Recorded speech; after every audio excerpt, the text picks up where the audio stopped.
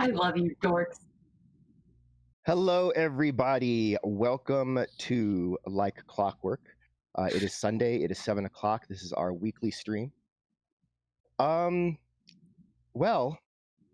this is also this weekend the last show of our streamathon that's been going on for 33 hours at this point. Some people got a little bit of sleep. Some people did not. Some people are fresh and ready to go, but we're still here. We're still going to give you the show, and I'm excited because I am hoping that we get to a couple of milestones today for Like Clockwork. So that said, any announcements? Well, I'll first go to Sarah because I'm sure she has something to say stream related. Oh, you want me to do the giveaway? We could talk about the giveaway. Go for it. All right, everyone. So for our very last show this week, we have a giveaway of a Rem Alternus t-shirt. So you can have a t-shirt of your very own by entering to win. So this streamathon has been to support our 1-year anniversary and help us grow in this next year. So there's several ways to win. First of all, you can enter #RemPC in the chat. That is one entry. You can donate bits. For every 100 bits, you get an extra entry. You can subscribe to our channel for $5. That gets you 7 entries. So there's a little bonus in there for you for being a subscriber. And last but not least, you can donate to our GoFundMe. And for every $1 you donate, you get an extra entry. So if you want your very own Rem Alternus t-shirt, you can, who doesn't want a t-shirt with a dragon on it? You can do one of those things, and we'll have that open all stream and do the drawing right at the end. Sarah, I have a question. Yeah. Yes, John. Are there any, for people that, because I know some Twitch channels have, special emojis that are just for that channel. Does, Rem Alternus have any of those for subscribers? We absolutely do have hidden emojis. Do I know what all of them are? No. Are any of them Panabon, potentially? We don't have any Like Clockwork ones yet. Oh, wait, we do have some Coddlesworth ones. So we have the Govna from the comic. We have Imari. So, yeah, we have those two that are specific to Master of Rem. We also have Healing Word. We have Hal with the eye patch from Episodicals 1. We have Geek the Mage and TPK and the Rem Alternus Dragon. And we also have a Snickers bar and Orange is Sus emoji as well. So any of those can be yours for subscribing and getting to different levels of our fan base here on Twitch. And you can generally use those on any Twitch channel. That's what we need. We need sparkle darts. I like that. We should. We'll ask Aaron for it. It's hard because he put another request out there, but it has to be 150 pixels by 150 pixels, and still be able to see what it is. Panabon's little mask. Ooh, I like that one. So, yeah. Well, okay. That's streamathon stuff. Words can be hard. And does anyone else have any announcements that they'd like to make? So about in 1 month over on the Saving Throws Show channel, we'll be starting season 2 of All Games No Masters with some cool new surprises for our second season. So get ready for that. For those who don't know, it's we're playing GM-less RPG tabletop games. So games you can just pick up with your friends and try out. So check us out. All right. Well, I think that's everything. So we're gonna go ahead and get into it here. So thanks for joining us. We love it that you're here, and we hope you enjoy. But for now, it's time.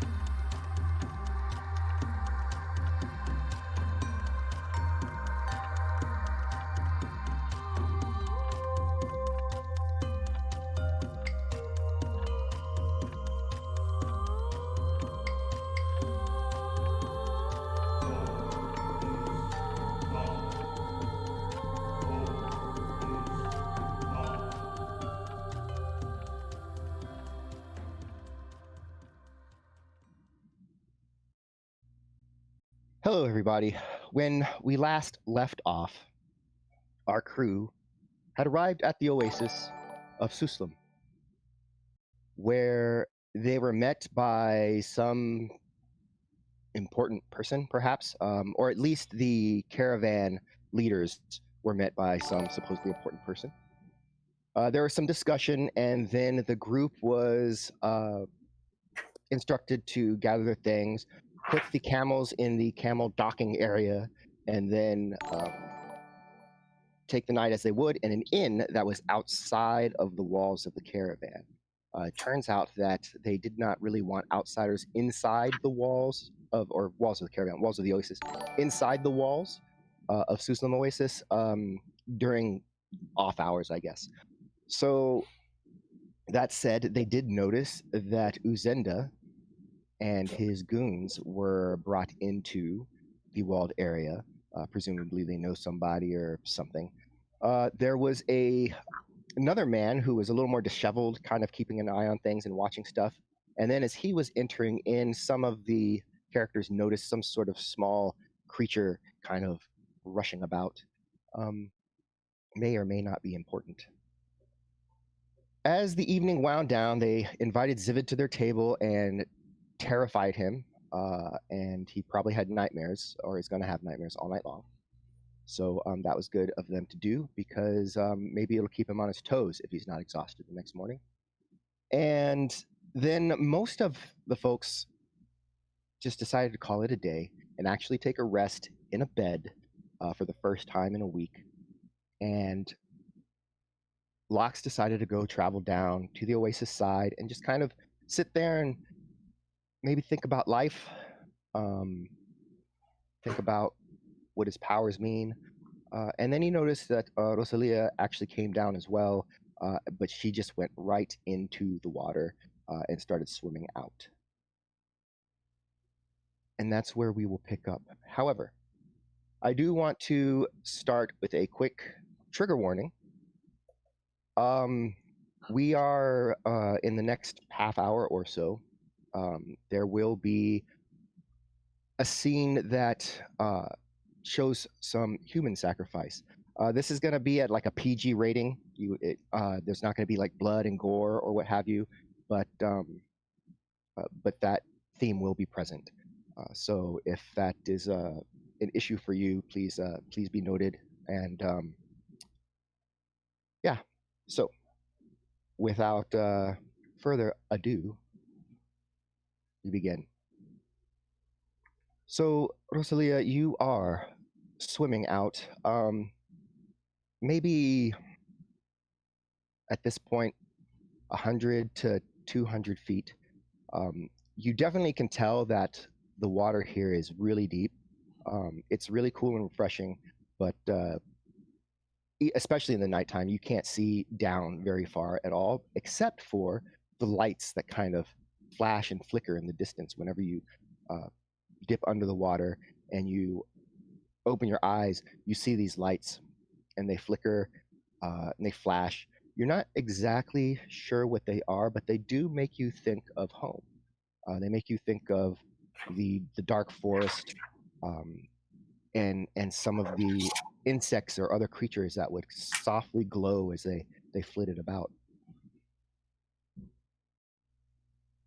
As you are watching, you feel this sense of calm start to come over you, and the lights, they start sort of swirling about, and they swirl and they start coming together, and they're still in the distance, you can see that, but as they come together, they sort of coalesce into a single round light, an orb, a ball, three-dimensional, and it starts to come towards you.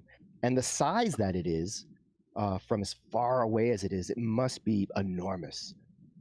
But even as you see it coming towards you, it doesn't actually change in perspective. It stays that same size relative to your vision, your perspective, and eventually it kind of hovers in front of you, close enough for you to reach out and touch it. All right. Yeah, I think Leah's saying to go to me is what I got from that, right? So just quick question before Rosalie is able to answer. Can I see any lights from where I am?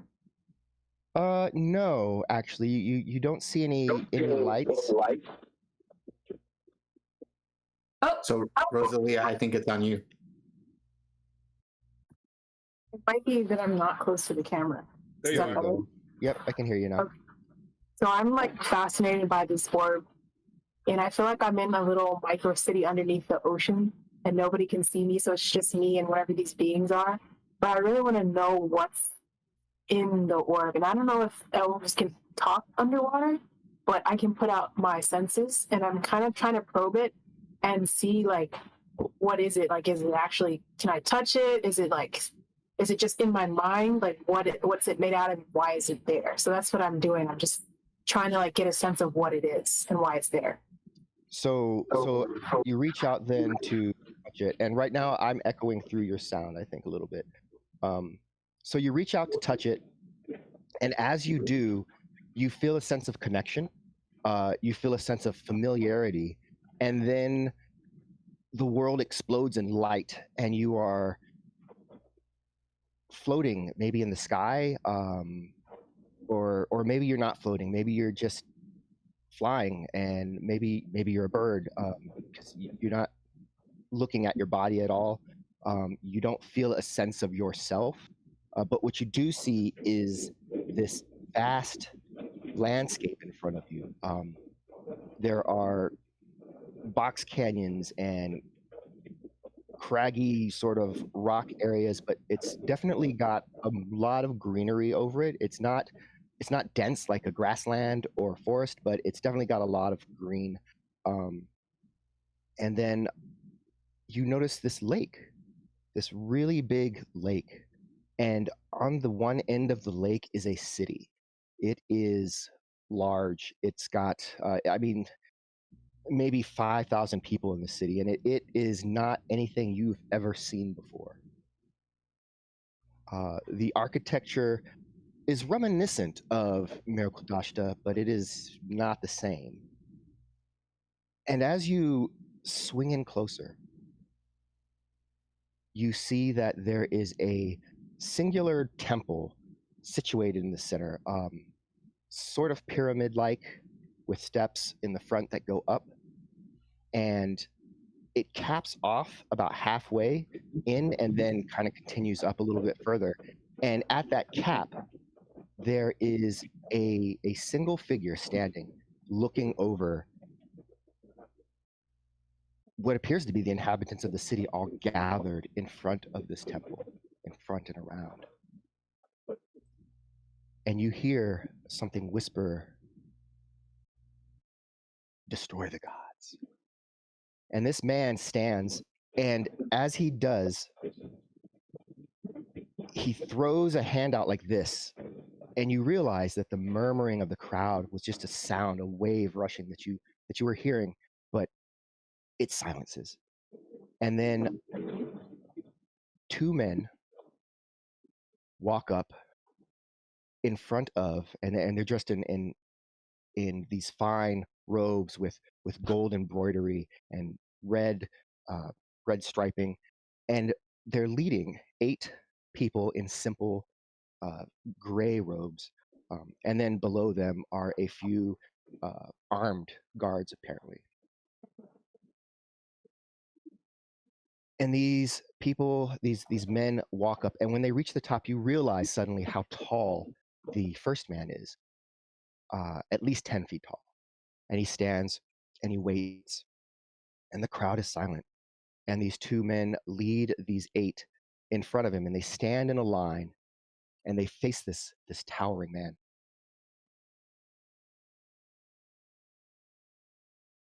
Then he walks up to the first of the men, the first of the people in line. You can't tell how old they are. You can't tell what gender they are. Their faces are just kind of powdered white, nondescript. And as he stands in front of the first one, he places his hand on their head. And as he does so, you get a sense of the profane. You get this sense that something dark is happening. And the man tilts his head back and his eyes kind of roll a little bit as if exulting in some unseen pleasure. And then finally, the person in front of him starts shaking and he pulls his hand away and they collapse. And just before they hit the ground, the two men in the ropes grab that person and quickly drag them away to another group.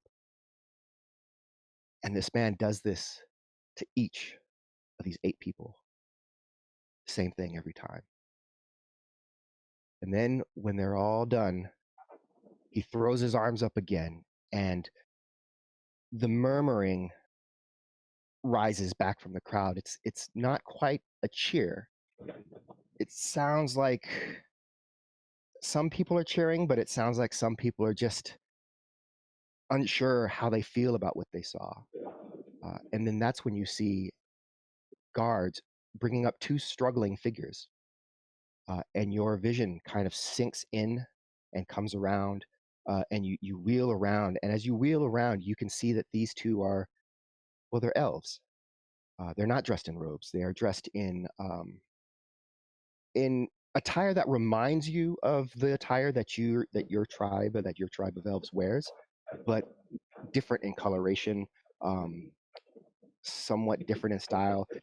They're beaten. They have been injured, and they're in chains, and they are brought before this man.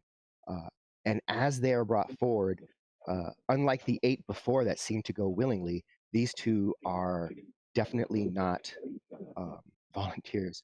As he stands and he puts a hand on each of their heads, and their struggling stops, and you can feel that same profane sense. And then when he pulls his hands away and they drop, the crowd cheers for real. Then the man turns and he looks directly at you.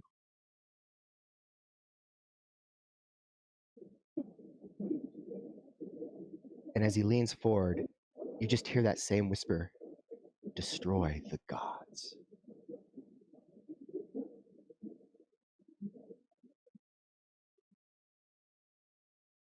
I'm kind of stuck. I don't know if I'm in the real world or in the fake world. And I'm creeped out by that voice and that guy. And I'm also feeling really icky, like that sense of dread just rolled over me. And I'm trying to figure out, is it actually happening in front of me, or is it just like a really big trip in the middle of the lake? And so I try to get out, and I start like trying to claw my way up to the surface of the water, because I don't want to be in this dream anymore, especially if it's real, because it means that somebody or someone out there is taking people's lives. And so I'm just trying to fight my way back up to the surface, and I break to the surface of the water, and I take a deep breath, and I look around, and all that ish is gone, but I can hear that voice in the back of my head with the message that the guy left. And I look out across the lake and I look for anyone that I know, and I see Locks. And I go, Locks! Locks! And Locke sort of shakes his head and he goes, "Rosalia, what's going on?" Because he hears sort of there's a sense that he's not heard before, kind of a little bit of desperation, just a little bit, I think, in her voice. And so he's ready to jump in the water, but he's yelling like, "What's going on?" Locks, did you see that? Did you see all that city, the magic city, and the people being sacrificed? Did you see any of that? What are you talking about? You didn't see it. No, did I saw you swimming in the oasis. That's about it. Lux, I had a terrible encounter under the water. I don't think you should come out here. And there was beings being sacrificed underneath. And I don't know if it's real or what, but I'm getting out of this lake. And with that, I try to swim towards the surface of the lake to get closer to Locks and away from whatever's in that water. Yeah, he's sort of waiting in whatever shallow bit of this oasis is there to sort of help her out. Sort of really confused. I kind of stumble out, like not classy at all, just like. And I Yeah. put my hand on Locke's shoulder and I'm like, Locks, I just had the worst, I don't know what it was. And there was this magic city or this city, and there was this guy, and he was leaving people like, I don't know what they were. They obviously were prisoners. And then he took their souls out of them one by one. And there were 2 elves in the group, and he took their souls too. And it was just this horrible feeling of dread. And I feel like I felt it before somewhere on this journey. And I think it's that energy that we've been like trying to escape this whole time. But I think it's like some kind of forewarning, like it's coming for us. I don't know. And Locks, as he's helping her sort of out of the water, sort of recounts sort of a vision that he had in the past of sort of doom and gloom. Not quite something he understood, but he goes, I'm not quite sure if that is necessarily something right now. That there's something way older, way deeper than I understand, and maybe you were seeing something connected to that. I don't know, Locke. Sometimes I can't tell if I'm in this world or the other world. Sometimes it's hard to tell between the two. This felt really real, like it could happen to us, or like it. Like I felt a similar thing once when, and he thinks back at saying his patron's name and you not being able to listen and having a headache. So he deliberately doesn't say the name, but he says, when I first started seeing visions of you know who, or maybe you don't, but when I first started seeing those, I got a similar feeling. It was as if I was in this place seeing years of visions happen in a moment. It sounds like you may have been experiencing something similar.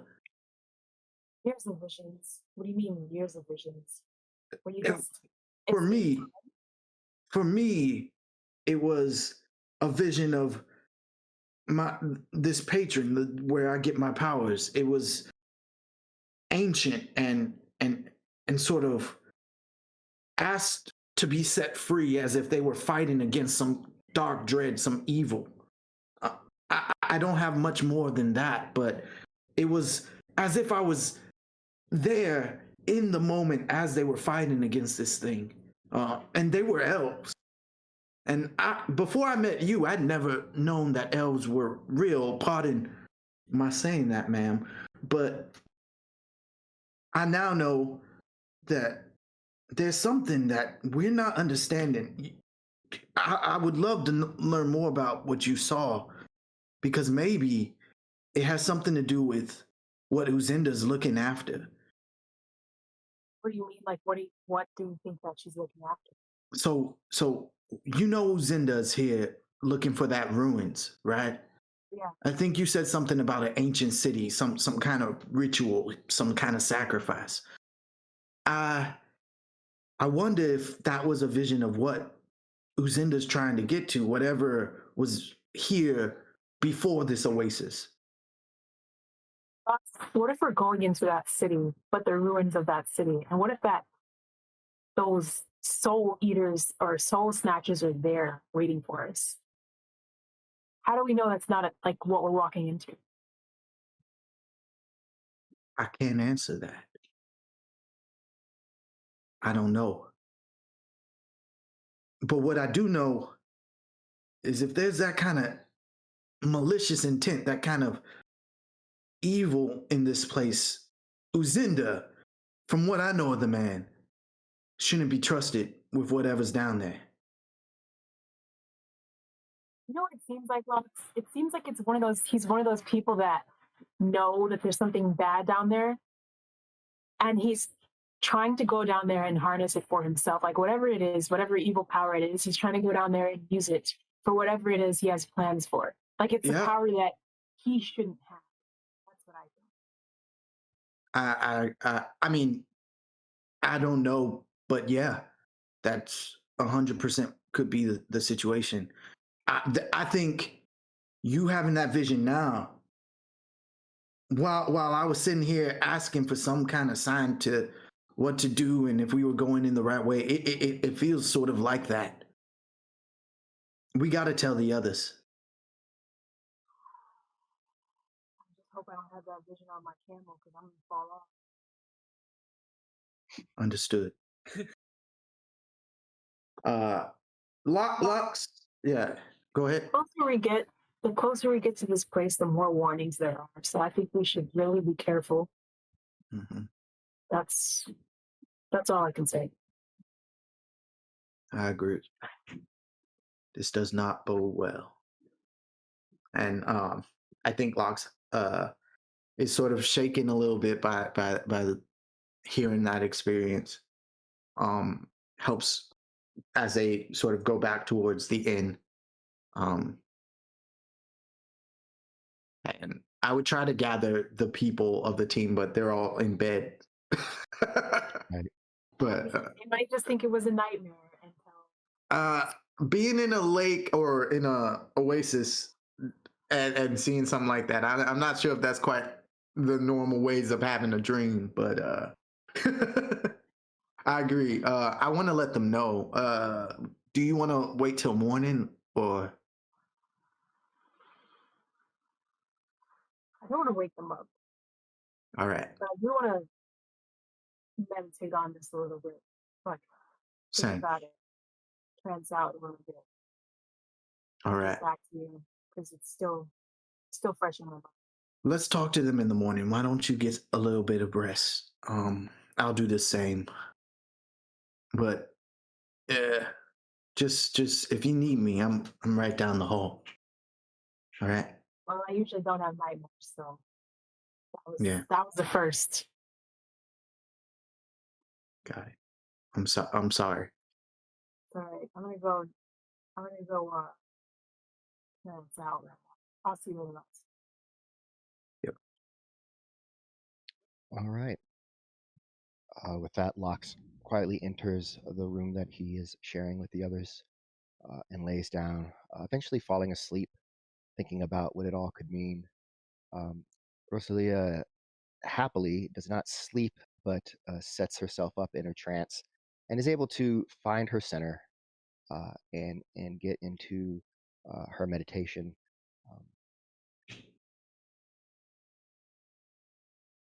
And before the sun rises in the morning, there is this meta sound of crystals chiming as everybody levels up to level 4. Oh. And we are going to quickly go through leveling everybody up. So Yeah.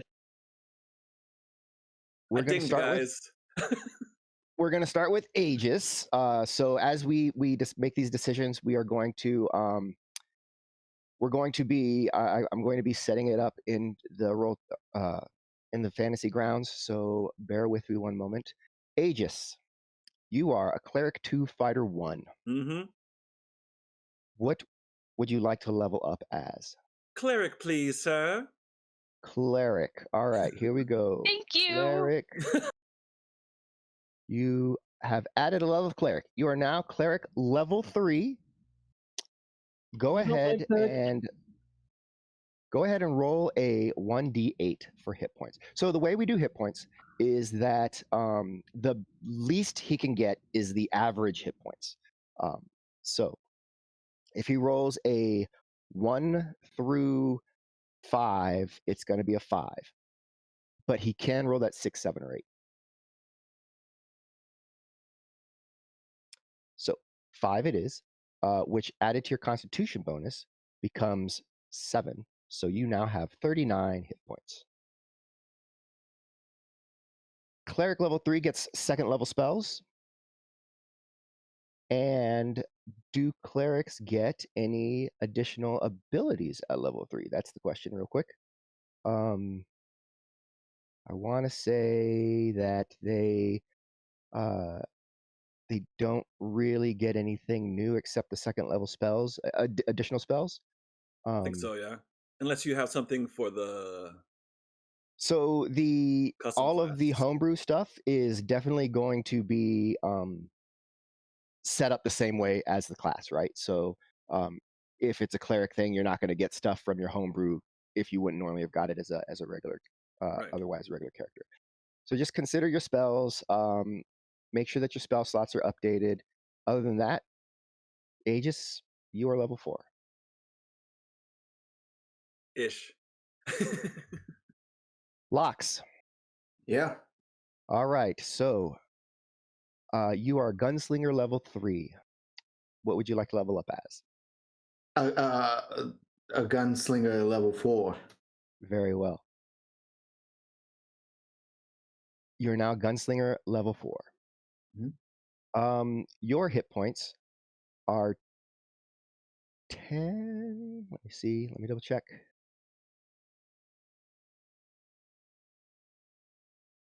Ugh. There it is. 1d8. So go ahead and roll for me an 8-sided die. It'll do.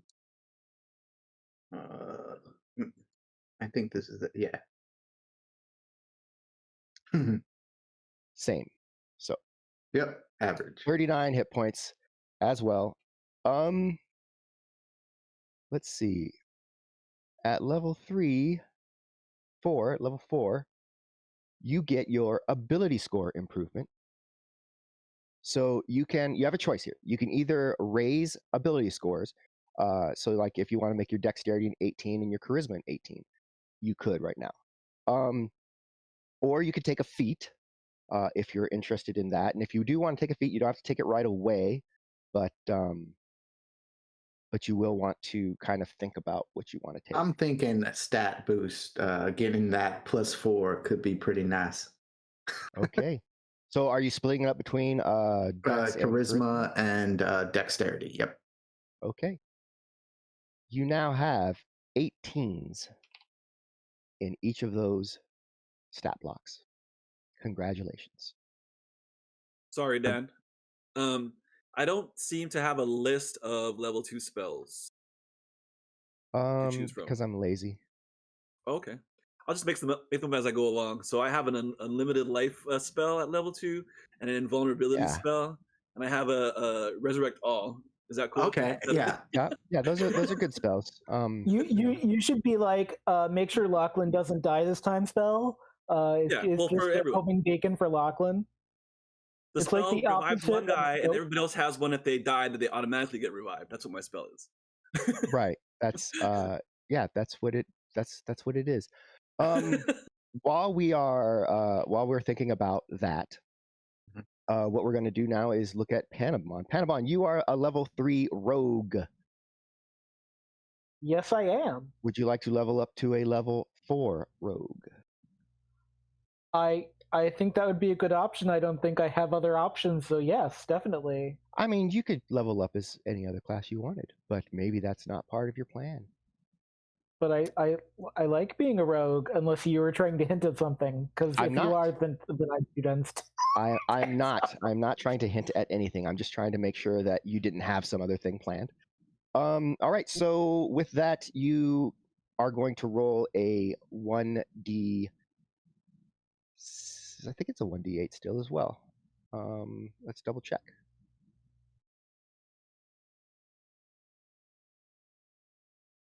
$1d8. So go ahead and roll me a 1d8.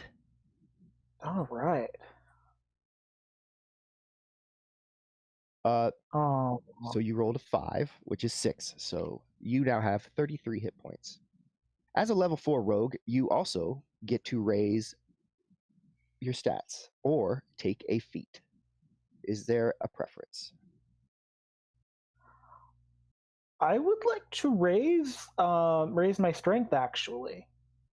Okay. So before we do that, this is not like earlier editions where your damage is dependent on your strength. So your damage goes to whatever you're using to attack with. So your dagger is a dex weapon. So that would mean that you deal damage with your dexterity bonus. That said, strength is useful for carrying more stuff or and pushing on things. I'm gonna put it. Yeah, actually, I'm gonna do it on I'm going to do it on strength. Okay. Actually, yes. Very good. I have a plan for that. There's a plan. There's a plan. Great. Maybe. I just always want to make sure everyone knows exactly mechanically what they're doing. All right, so that is a 12 in strength, and that is the only thing that Panabon gets, which is not in it's not a little. You get a +1 now to your strength stuff. So, done there. Perunia, you are a fighter level 3. What would you like to level up as? Fighter level 4, Obby. All right, fighter level 4. And as a fighter level 4, you are going to get, you roll 1d10 for hit points. Okay. So go ahead and roll that.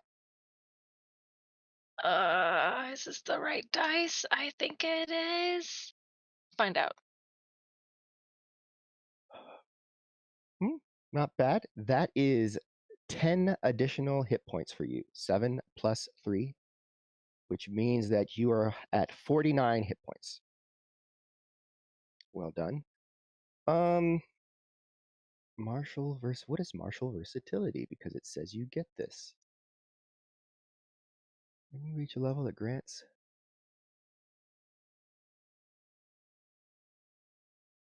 If you wanted to change your fighting style, you could. But I like my fighting style. Yes. It's just an option. It's from Tasha's, the new book that gives you a bunch of options. That said, you do get 2 points to raise in your stats, or you can take a feat. I have to look at all the feats to be able to decide that, so can I come back to you? You can decide at the break. Thank you. Okay. All right, so we'll get back to that. You are owed a feat, but level 4. Very good. Rosalia, you are a warlock. You're in the same boat as Lox with a 17 in dexterity and a 17 in charisma. So bumping both of those would give you your bonuses when you level up, or if you wanted to take a feat.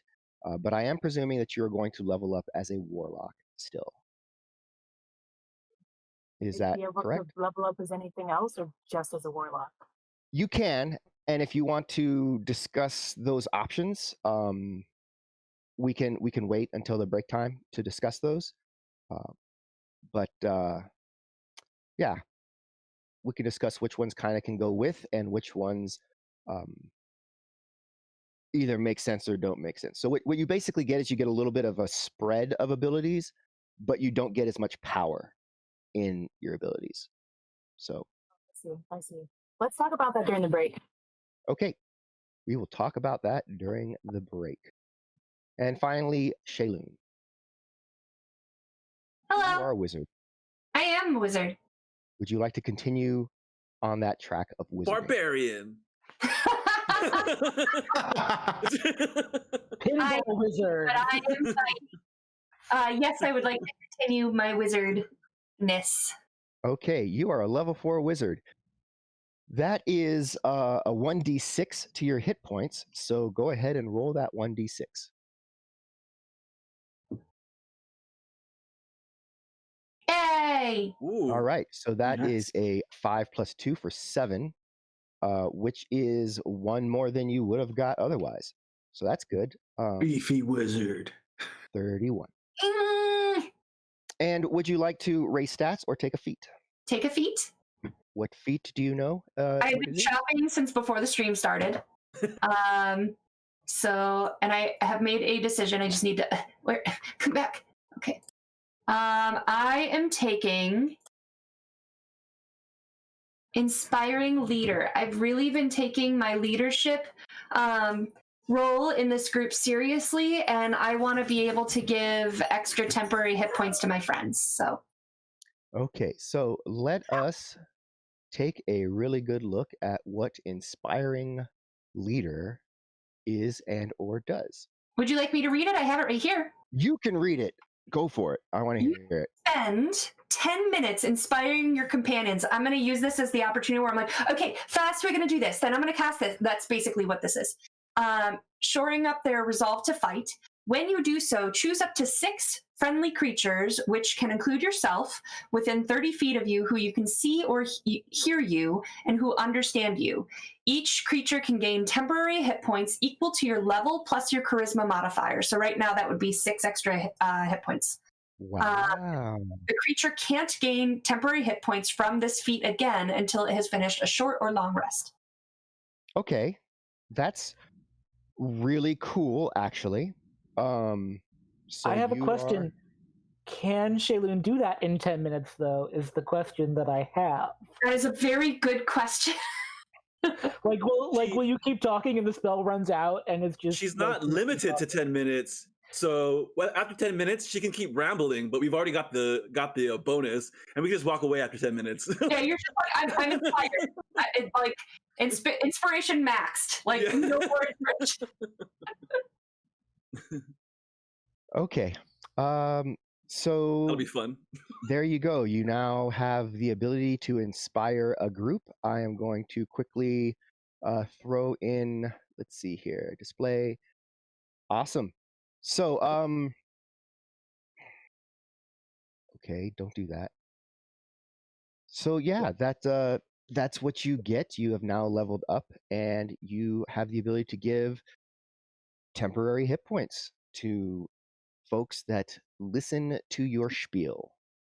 By the way, Danny, if it helps, I've chosen my 2 spells as well if you want to put them in Fantasy Grounds. Okay. One moment. Target temp. It is.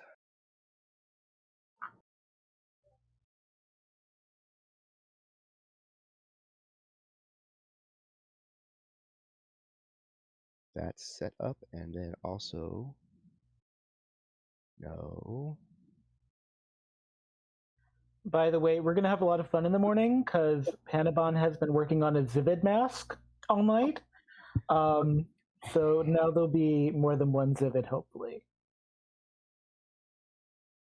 That's what the world needs is More Zivid. more Zivid. Or more Panabons. A pack of Panabons. A pack of Panabons. All right, your Inspire group is now set up. So what you will do when you're ready to inspire people is you will make sure that they're targeted, and then you will just click the heal button there, and they will get their 6 temporary hit points. Good. And then my spells. So now, Danny, I think we might need to align because I've been shopping in D&D Beyond, and I actually know 13 total spells now. And I have 4 cantrips. So the 2 that I'm adding for the level up are making the decision right now between Catapult, Charm Person, Chromatic Orb, and Color Spray. And I think I'm going to do Chromatic Orb. A little more damage there. Okay. And then my other spell is going to be Levitate. I've been very thoughtful of this because I figure if we're going into a cave, like there might be ledges and we need to get up and down safely. So I'm here for you guys. That's true. That is definitely a thing that could happen, getting up and down ledges. Especially given that that's what you sort of heard from Zivid, that it was like a drop down or something. What's happening here?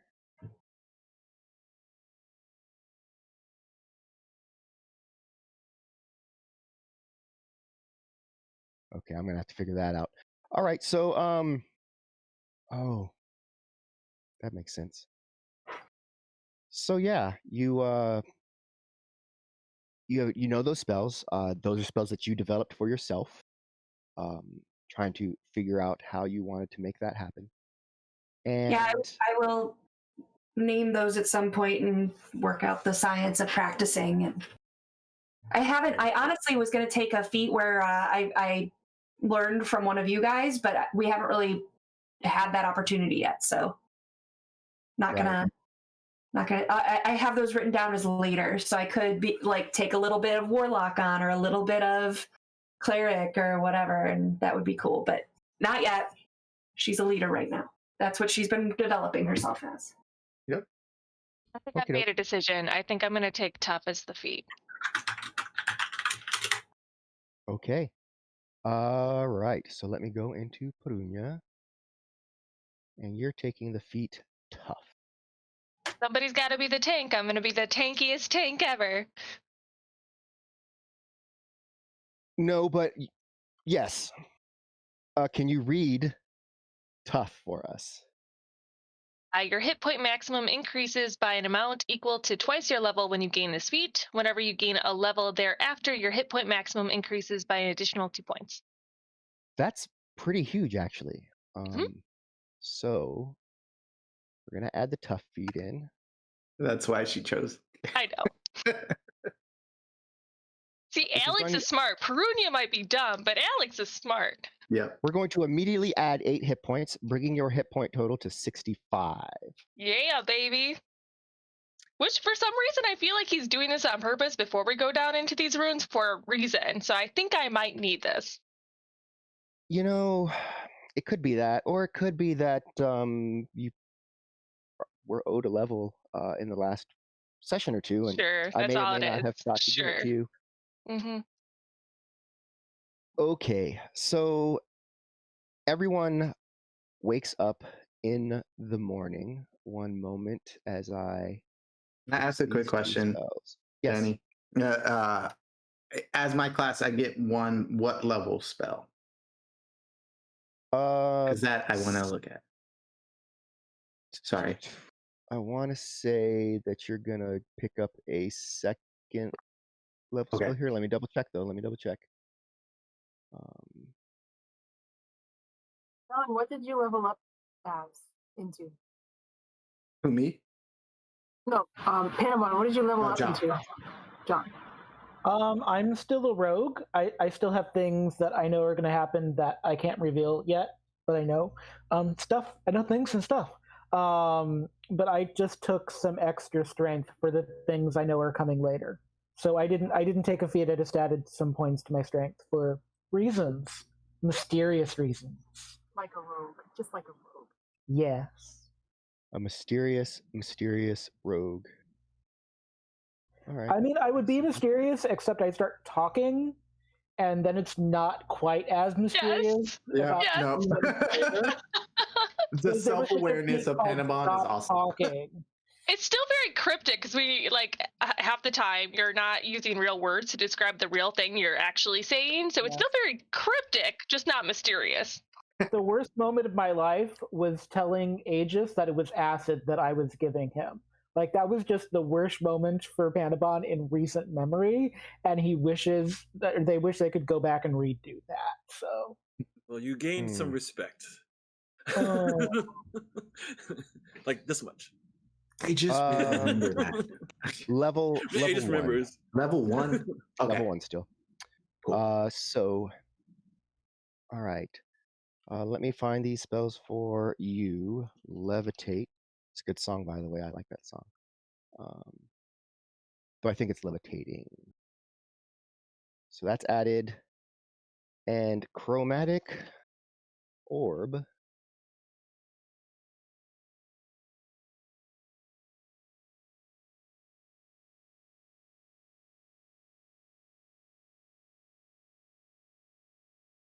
You know what I want for Christmas? A chromatic orb? New computer. It's like a chromatic orb. I could send you a whole bunch of bees like they have in Discworld, and you can make a computer out of bees and things found around the house. John, I'm going to need you to focus on pastries and I'll send you more but lemon the bars. bees could we could use the honey. All right, so as I was saying, you wake up in the morning.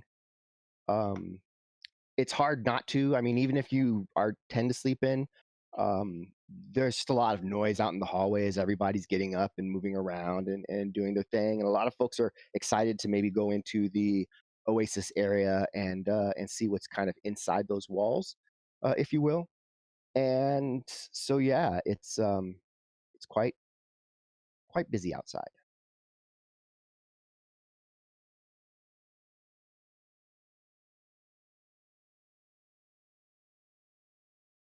That was like the most fun I thought we could have, like leveling up on stream. I was like, we're gonna do this in front of everyone, but it like was super cool. So Prunia wakes up feeling, I don't know, tougher than usual. Had a really good rest. I don't know if it wasn't taking watch or guard or whatever it is, but Prunia feels like, man, she could be hit by a caravan and just keep walking. Great. The one thing we needed in this group was Perunia to get +1 to cockiness. Yes. Yes, you did. You didn't think you did, but yes, you did. You know what you didn't prepare for? Lachlan to become more of the talky face of the group. So get excited. Hey, if that means that I'm not the only one doing it, I'm good with that. So, Perunia, the first thing that you'll see when you leave your room into the hallway is what you're pretty sure is Panabon wearing a Zivid mask. I do a double take. Yes, I don't know how effective that is because there was no roll given, but if you'd like me to roll to see how effective my mask is, I'm happy to. Or it can just be effective. I'm happy for that too. So this is how this goes. You have to decide to what extent you want this mask to be realistic. Then you roll.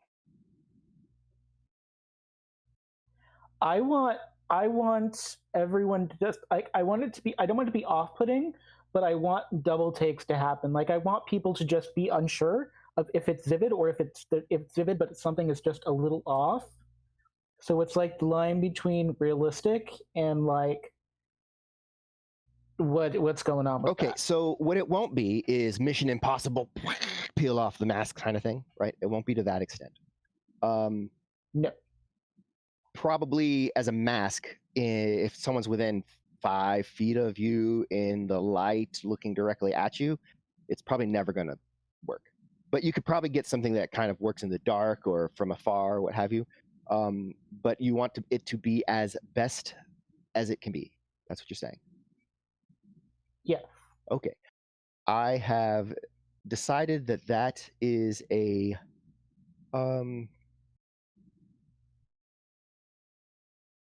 probably hard thing to do. And I believe a hard thing to do is 15. I'm going to say it's 15. 15 is your DC. Go for it. And it's disguise What kit. do I? Just go ahead and roll disguise Okay. kit. Even though I don't know what to roll. you have a pretty convincing Zivid mask. Again, in the light, up close, it's not going to fool anyone. It's a mask. But at night or from afar, someone might mistake you for Zivid. I look at Prunia and go, good morning. I go, wow, you're really good at math. Thank you. I'm very excited to go about my business today in the Oasis. So it's going to be an exciting and wonderful day. Yes, Mr. Zivid, catching on. Yes, Mr. Zivid, I'm sure it will be a great day for you. I do the old finger guns and then hop on down to breakfast. All right. I'm gonna go find Shay, and because I'm just guessing she has the plan for today, and like be like, so are we following him? Like, what's the plan? So I come out of my room to Perunia, who I look way up to. By the way, Danny, the night before, as falling asleep, I wanted to cast Identify on the compass just to, it's weird. Someone just comes up to you that doesn't talk to you and it's like, here's a compass. And I'm like, is special compass?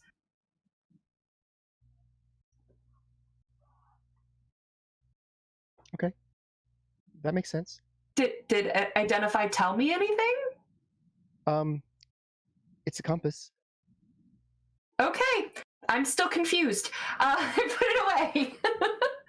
All right, so I come out after having practiced. I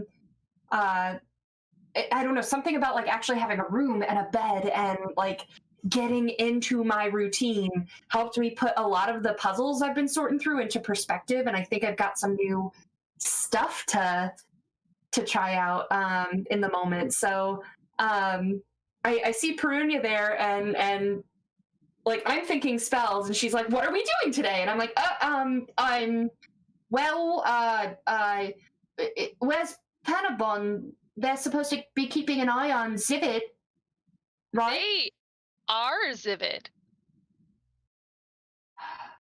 That's not the plan. She's That is not the plan. So she's gonna go march off and try to find Panabon and Perunia. Can you take a look outside and make sure Zivit or Lucinda or any of them haven't disappeared? Yes, and I feel very happy to be useful. Be sneaky. Oh. I put a cloak on, like that's like the extent of my sneakiness. Like I'm like almost 7 feet tall. That's pretty tall. I love you. All right, so Perunia is heading out. Zivit is going to get breakfast. Shay is going to get breakfast as well. Yeah, and try to like. Now that one thing went wrong, I'm assuming more has gone wrong. So I'm gonna go down and try to assemble everyone. And like, all right, so we got to organize for today. Do we have everything we need if they head off to this cave today? And where is everyone? Is like it's hurting cats. Like, come on. Yes. As Shaylun starts doing that, I just sort of look over to Rosalia, and I'm like giving her the, hey, do we want to tell everybody? Like, I don't want to force her to do it, but I just want to ask, sort of with my eyes, like.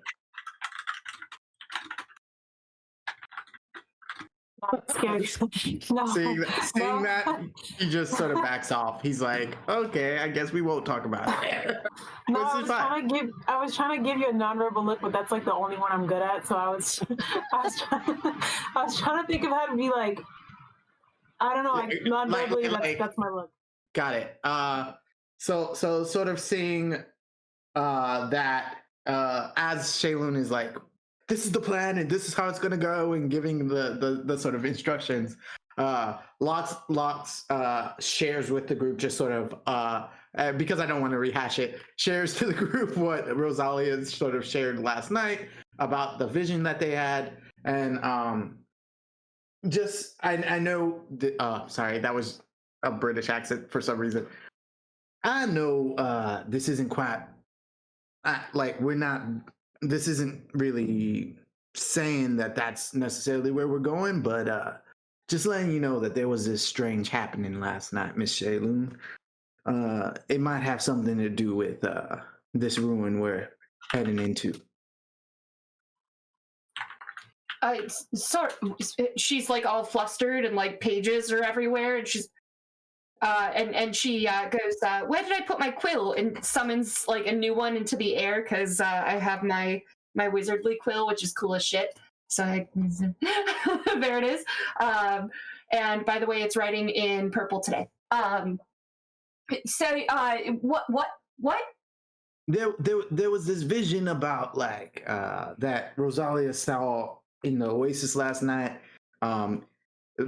Sort of, he goes into the details of that vision as relayed from Rosalia, just sort of always checking back to make sure that Rosalia is okay with what he's sharing, right? Like, he wants to be sure to honor that.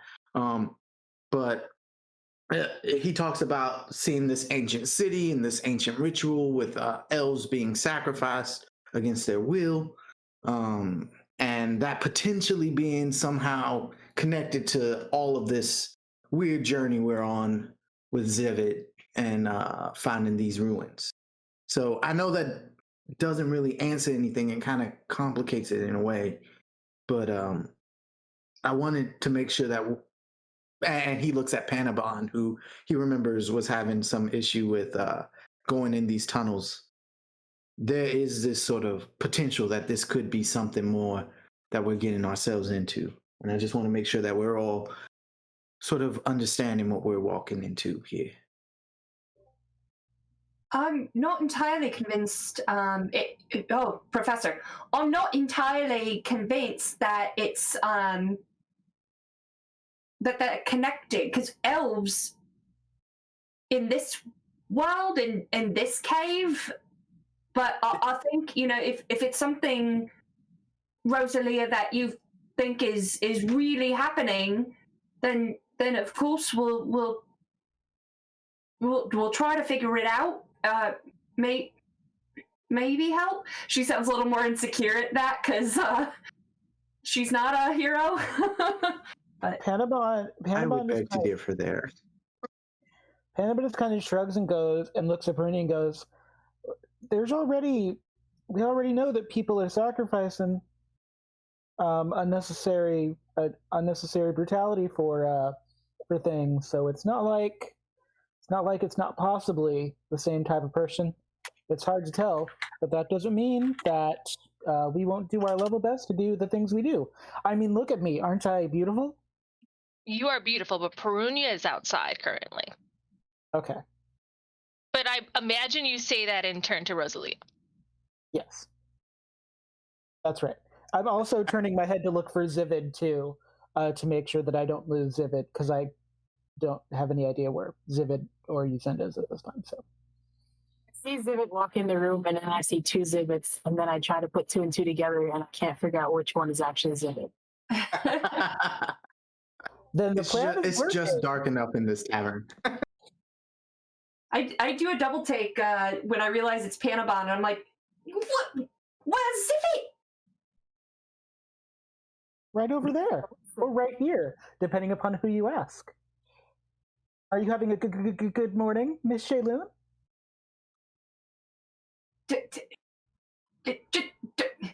Don't lose him. I won't. How can I lose who I am?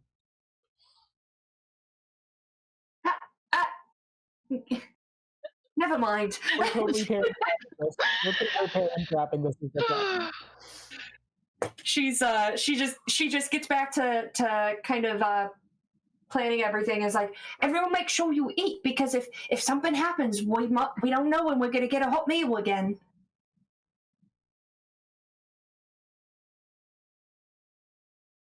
This whole time, Aegis has been sitting in his chair, staring out a window, and just kind of like rocking back and forth, very distracted, kind of muttering things under my breath. You can just see my lips moving just a little bit, just the whole time.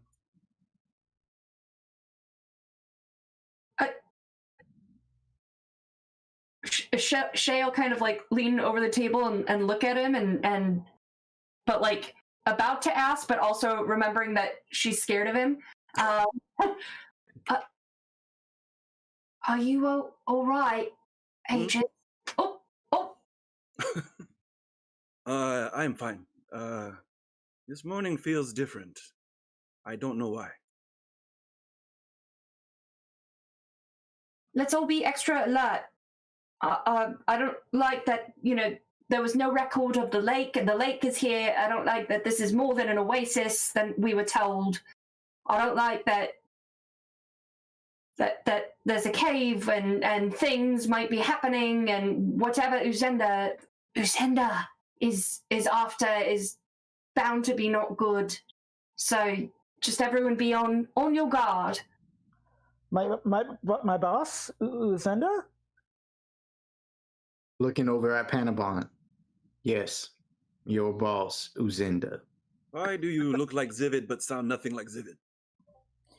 I'm doing the best I can. Masks are easy, voices are hard. I mean, voices are hard. I suggest that if you are going to follow Zivid, you do not look like Zivid. This is more fun, though. I'm having a good time. As long as you don't stab people unnecessarily, Panabon, I'm okay with you doing this if this is what helps. Well, I have a random theory that Uzenda's body cards, I'm going to stab them and nothing's going to happen. So, like, I'm going to have to test that theory eventually, anyways. So then we'll see. Maybe they'll fit like balloons. That would be fun. Let's just wait till they do something bad, and then we'll figure it out. All right? Please, please. Always the venom stabbing was fine. I will respect your desire to not have people stabbed. It's strange, but I'll understand. Outside. Yes, we are the strange ones. Yeah, oh, for sure. Outside, Prunya, you see that same sort of disheveled man kind of standing out there talking to Uzenda and the two guards. And also there's these sort of sandstone statuary that you saw like in front of the gate. There are two of these statues just right there kind of next to this man, as if they're going to pack them on a wagon or something and take them somewhere. You're not sure that you are not entirely sure that it makes sense. And, you know, in case you need a refresher, this is our Mandalorian. fellow. And yeah, Mandalorian apparently. Mandalorian's way better looking, but Similar And, in some ways.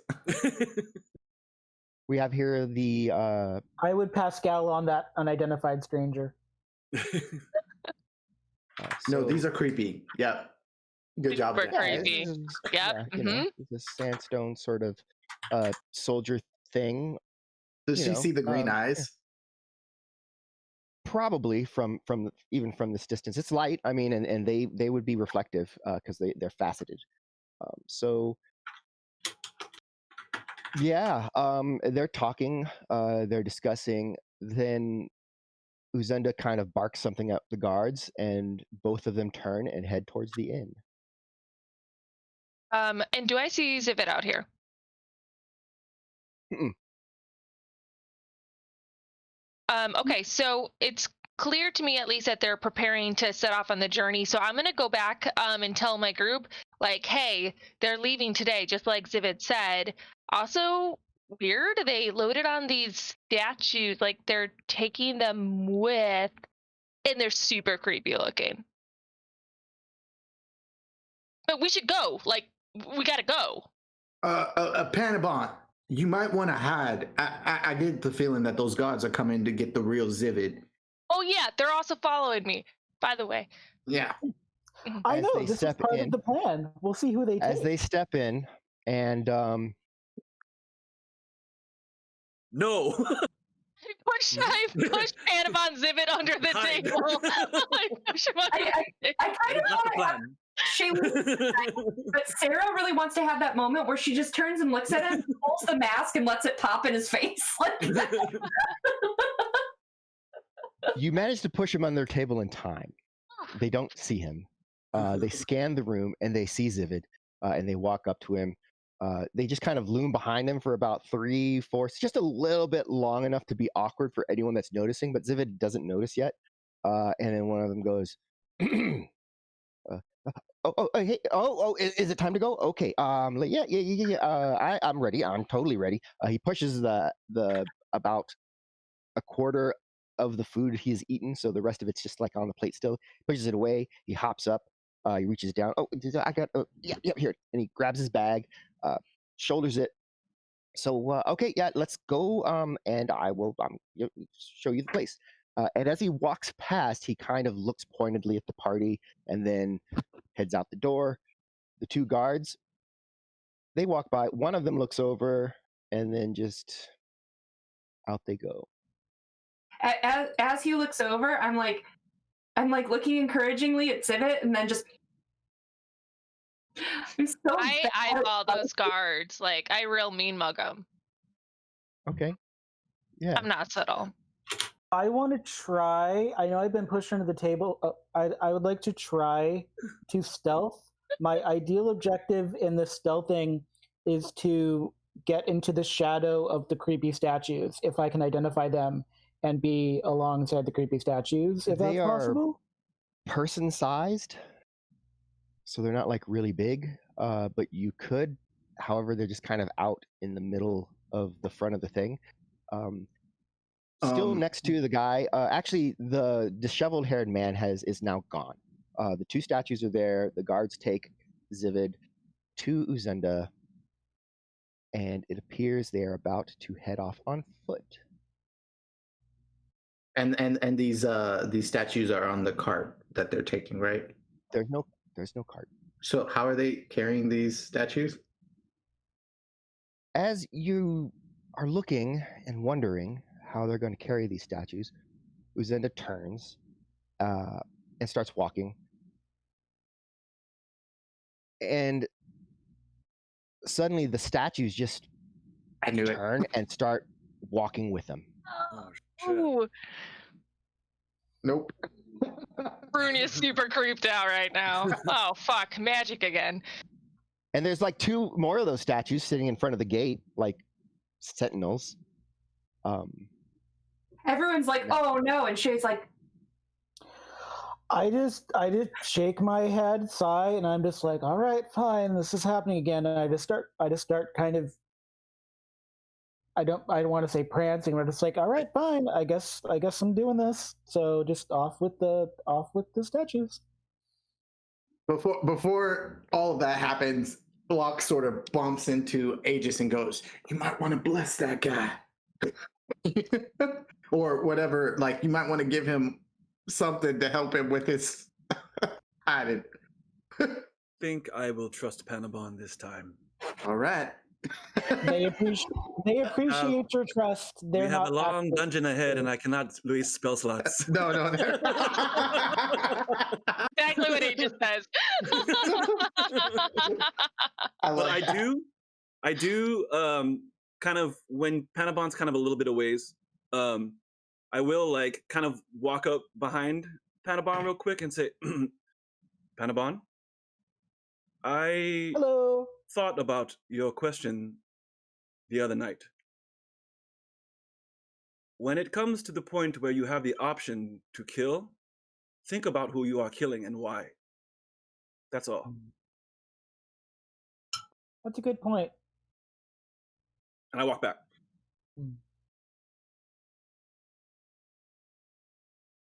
All right. I look at Shay like, how close are we supposed to like follow behind? Like, are we just gonna do it openly? Like, I'm cool with that. Are we cool with that? Should I just start walking? "No." So they are headed, and I'm going to take out the compass and look at it and go, "What direction are they headed, Danny?" So they are headed southwest, kind of along the side of the oasis. And to the southwest, you can see that maybe a quarter mile out, there are a lot of rocky crag, sort of badlands area that, you could probably hide around rocks or like follow through cliffs and stuff. Because remember, that's how Zivid escaped pursuit as well, right? And then before there, you do have the oasis. So there is, right now, there's trees, there's palm trees, there's bushes, there's stuff like that. However, beyond the cover, the line of sight is pretty far because it's bright, it's daytime, it's generally flat. And then there's going to be a sort of sticky area where there's not a lot of vegetation.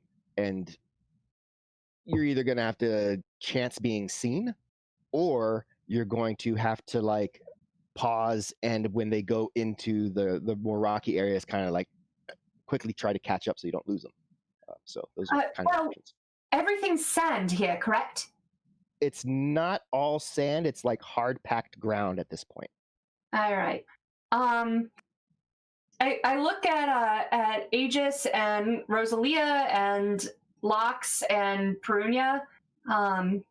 Do any of you have any experience with Trap King? I've done it before. What can it be? What? If you have survival skill as a proficient skill, Yep. you don't even have to roll, because those two statue things, Yep. they don't pick their feet up all the way and walk. So they're like dragging, and so you could see these scuff marks. They're heavy. It's hard packed dirt. So, Well, I go, this one shouldn't even be a challenge for me. He just points at these giant like trails. Oh. yeah. But what if they kill Zivid while we're too far away to catch them? I don't think, at least until they get to the cave, and they're going to want to make sure it's the right one and be led deeper inside, which we can get closer then and catch up. The other thing, just to be sure, be careful, little one. And Minya can keep a closer eye than we can. Okay. Oh, good idea. Danny, Yes. while we're walking, I would also like to split the veil so there's 2 Zivids at some point after that. Okay. So you can do this again and again and again. It just, you have to kind of keep doing it every few rounds, right? Yep. Okay. So what is your intent here? Because it's daytime, it's bright light everywhere. Zivid is obviously with the group.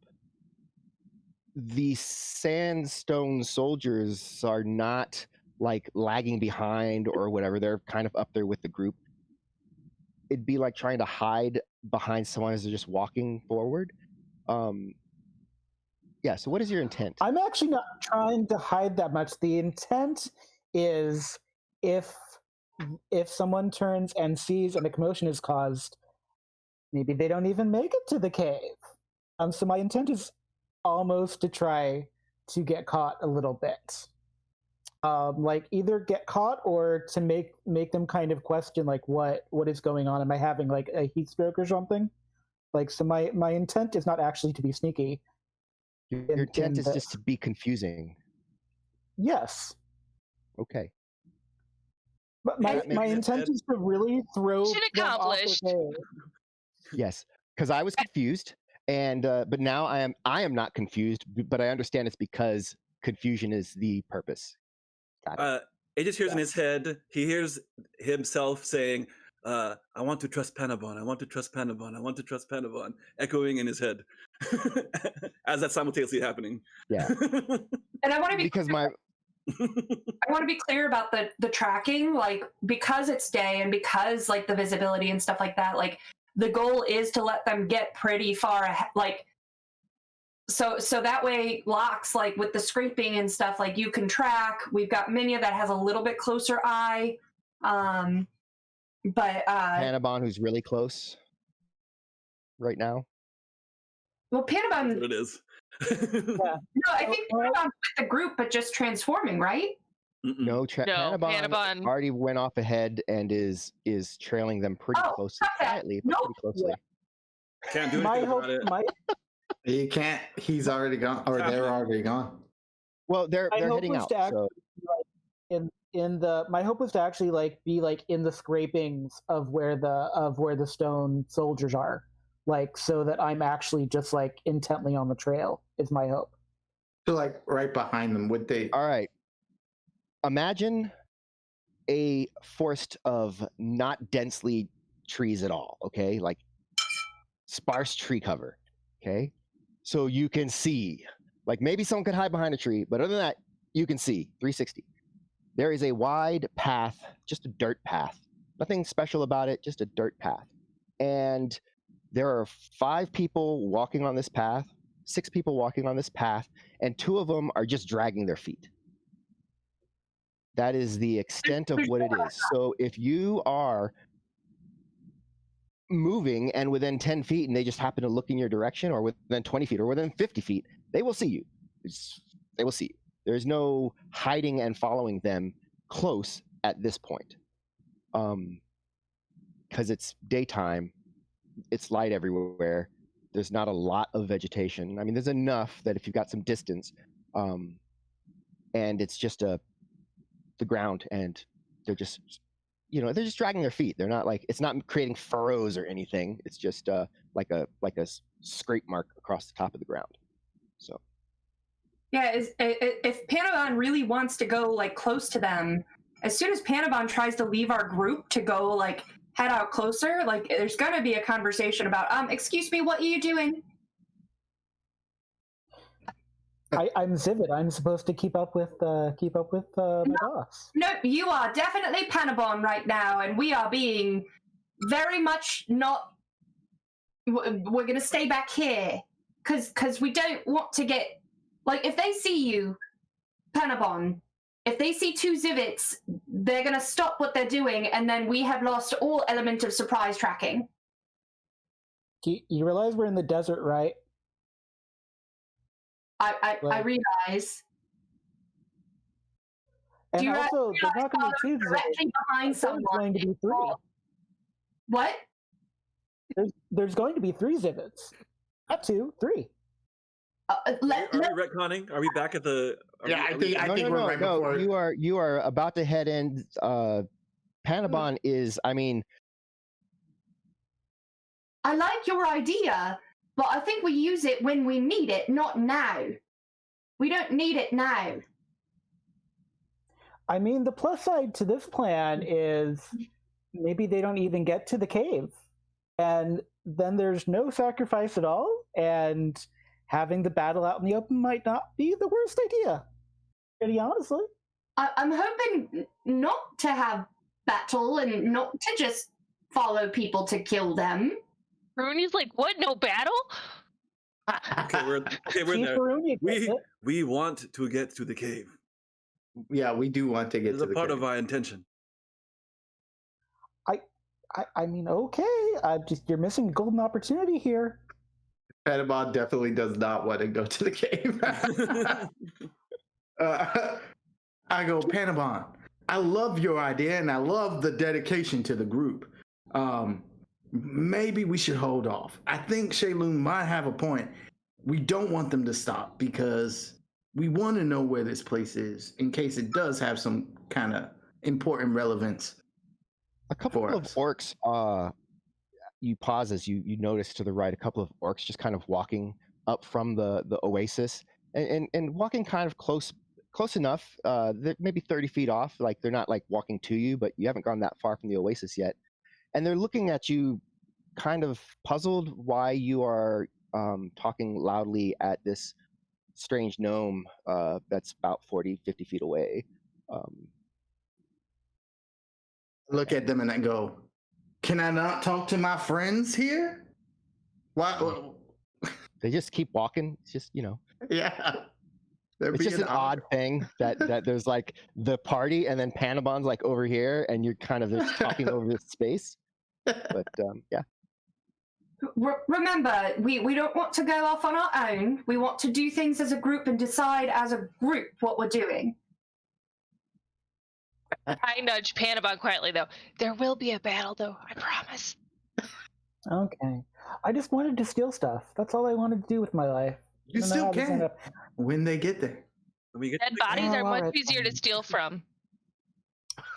So I just kind of stop and I wait for them to catch up, but I'm still going to do split the veil, so that eventually they're just going to be two Zivids with the group as we travel through the desert. But they're just like mirror images, right? Like they're not both talking like Panabon because that would be a lot. So yeah, we'll get to that in a moment. One of them is like dressed in like Zivid, but the face is a little different, and we'll get into the discussion of that after the break, which is right now, and we'll see what happens in the desert. See you soon.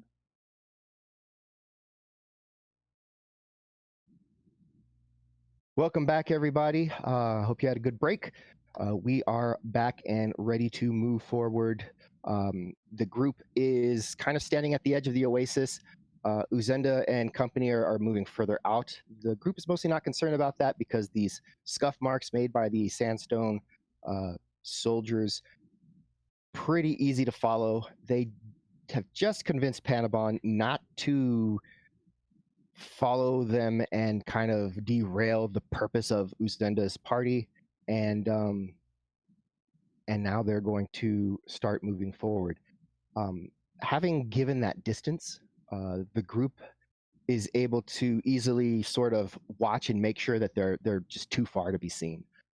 And eventually you follow these marks, this trail into it's really strange actually. It's the ground, it's hard packed ground, and then suddenly it's like the geography changes. Like if you're in the United States and you're driving like in the Southwest, it's flat, and then gradually there's rocks and then bigger rocks, and then now you're in like the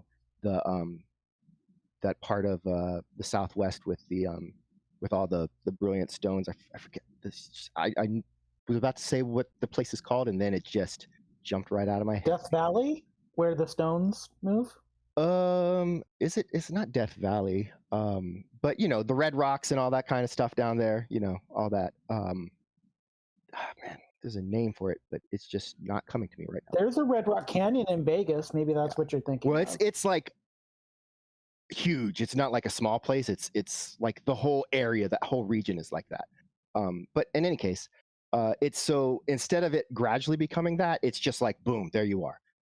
There's just all this. Like, all of a sudden. What's that? Then is the ground turned sandy then there? Or? No, it's not. It's not sandy. It's still hard packed. It's just that there's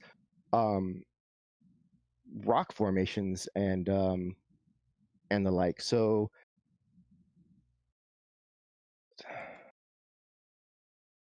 let's see. Just trying to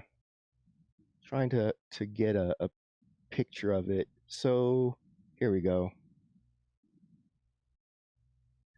This is not going to go up on stream, but I am going to link this image in the stream. So if anyone wants to see what exactly it is I am talking about, they can. That is not what I meant to do. Weird. All right, I don't know why I did that.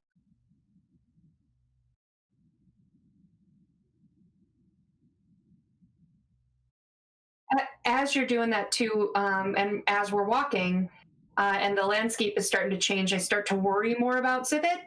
And so I get out my spell book and kind of start flipping through pages as I walk. Sometimes I start to like lean a different direction, so people have to bump me back into the direction of the path. But finally I go, He offers you a piggyback. Just hop on. This is great, thank you. She does, and like just jumps on, and then it, like there's a book in your ear, like as when we're walking. I go, Really spiky. Sorry about that. No, it's fine. After honestly riding a camel for 2 weeks in the desert, there's nothing really uncomfortable anymore. I found it. All right, so Panabon, I think what I can do. I'm a little worried about losing them in some of the rocks now that it's changed. But there's something we can try, but we have to be very specific. So I've only been able to stretch this so far for about an hour. So if I do this, about 45 minutes, circle back if they're still on the way, and we can redo it if we need to. But you're the sneakiest of us, so I think what I'm going to do, what I can try is I'm going to use invisibility on you. If you make any sort of aggressive attack or anything, it's triggered to auto drop. So if you need to make that distraction, you can. Just buy time because we're behind. Also, on your way, leave us marks like you do. Your marks that you do. So leave those so that we know you're okay. Yeah. Question: does it only work on one person? Yes. Do you know why that question is important? Because you want two of yous. In about right? 10 minutes, there's going to be two of me. And so... But if you time it right, you don't need two of you, right? Until, like, something happens where you need to be visible, right? That's fair. And I do want to be invisible. That would be really fun. life is full of hard decisions. I guess I'll try the invisibility, and then I can always just do my thing later if need be. But invisibility sounds like fun, and I'm sure I'm sure nothing bad will happen, and everything will be great. That's my hope. So you've got to be very careful. Promise me, Panabon, you will be very careful. I promise on Nagatsu Sanatsu and my fan club presidency, Charter 3, that I will be careful and I will not cause more ruckus than is needed to be caused. That's a big deal because we don't have gods, so you're getting Gnome Tesla out of me, which is a really hard thing. So. All right. So she prepares and makes sure that to buy them the most time possible. So she kind of goes over all those instructions, leave marked behind so we know you're okay. Circle back in 45 minutes so that we can cast it again or decide what to do from there. Or maybe we'll be at the cave by then. I don't know. And then if needed, you can drop the invisibility and just stall until we can get to you to back you up.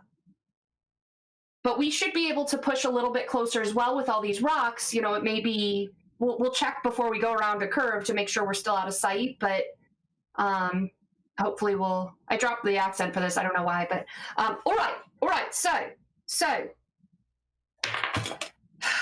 she gets holds her spellbook close and goes, hold my hand. Aww. Which is super awkward because she's on my back while she's trying to hold their hand. Yep. So you have to walk in a crouch for a few steps. And my I haven't come up with a magic word for this one yet. So all right. So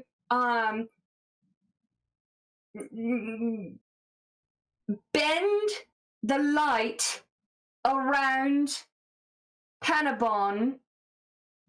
Light bendiness.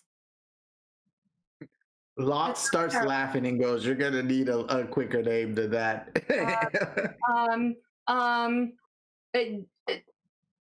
Translucency. Better. All right, and with that, Panabon fades from sight. I love giving you a hard time. That's what you hear. Just hearing Panabon chuckle and being invisible, Lox gets just a little bit excited for a moment and then goes, "What have we done?" So yeah, it's one of those we've got to extend trust to earn trust. And my mark as my mark that you'll see will be one of my happy face masks, like a drama mask, but it's a happy face one. Or if something bad is happening, it's a drama mask, but it's a sad face. Can I? Because life is either a comedy or a tragedy. Can I know that's your idea. You can go with it, but can I suggest one? Can it be a pinky finger? Those will just look like other parts of anatomy, and I feel like that'll be hard to convey Good point. correctly in the amount of time that I would need. But good plan. We'll circle back to that was a great way of explaining that. Did you go to thieving school? No. Neither did I. God, as far as and then I just start running off. Amazing. All right, go. You only have 45 minutes. Go. You're talking to nothing. I've already left. But you can't see, so it's funny. Yes. I guess you left. I guess they left. Hey, if you're on my back, you could, I don't know, do that thing where you look through, whatever that is where you use your thing to look at other things. The Minya. It's called the Minya. I don't know. The Minya. The Minya. I mean, technically it means the little fighters. The Minya. The Minya. It's like I can check and see. Minya can communicate telepathically with me at any time. But yeah, I can see what she sees, and she'll just, her eyes go pure white, and she. I'm never gonna get used to that. I'll check out. I must understand how that works. Yeah, I want the Minya. So- I'm so- a Minya.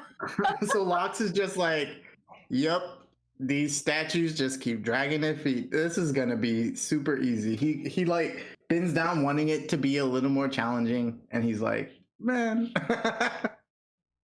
So what is Minya seeing right now? Anything? Dirt, rocks.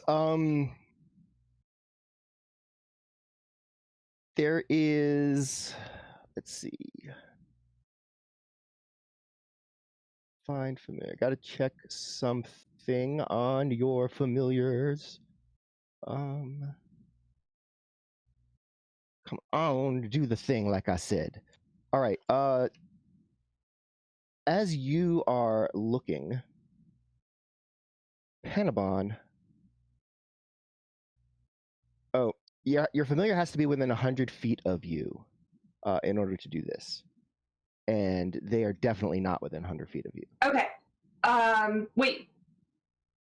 So, but what my hope was that Minya's 100 feet from me, then Minya can see however much further Minya can see. Right. So 100 feet is not really that far. Consider that a football field is 300 feet. They are much further than you ahead. You are relying on following the scuff marks and not actually like following close behind them. I kind of swear in my one Elvish word that I say, and then say, she's not far enough ahead to really see anything. I've got to figure out that damn flight spell. Ooh. And with that, she kind of looks off and in her head she says Minya return, but she's, as soon as she can see Minya in sight, she's going to cast her new levitate spell and see, like, get a lay of the land and see where they are. And Minya's so small it'd be hard to spot from the air. Seems even like if they a did spot her, UFO. what are That's they gonna kind do? of funny. Yeah. You created drone. Got it. Yay! It's in the steampunk world. I mean, this makes sense. Yep, Yeah. there you go. This is a great idea, actually. Panabon, Perfect. We're spying. give me a survival check. Oh, that's gonna be fun. Survival. Panabon's more of a city street survival type. Yeah, but I mean, so it's not tough. It's not hard to follow this. I'm just saying, if you're proficient, you don't even need to roll. But there is a small chance. I'm that not you though. will I do have that. it's a wisdom, and I have a 1 in it. So you do see, you're like, okay, they're following the scuff marks, and so you kind of follow along. Every once in a while, you make some sort of mark, I suppose. And eventually, you get to a point where the statues are standing side by side, and they're facing away from the wall, and you're not sure what's going on at this point. Yeah. So I have a question. So we're still in a canyon. Like, we haven't gotten to a cave. Like, it doesn't look like there should be a cave around here. Should I perceive? Should I roll perception to see? Yeah, you want to look for the cave? Make an investigation test. Yeah, it's because I'm trying to figure out why we stopped. So I'll do an investigation test. All right. So, Nice. how are you willing to go move close to these statues? I'm going to move pretty close, but then I'm just going to take a stone from the floor and like bowl a stone to see if they're like eyes or if they follow, like the stone rolling. Actually, they do. As the stone rolls, they kind of look, and then they look back in your direction, and then they just kind of stop, and then look forward again. Interesting. Are they flush against the wall? No, they are not Is there flush. room They're about a behind foot that? out from the wall.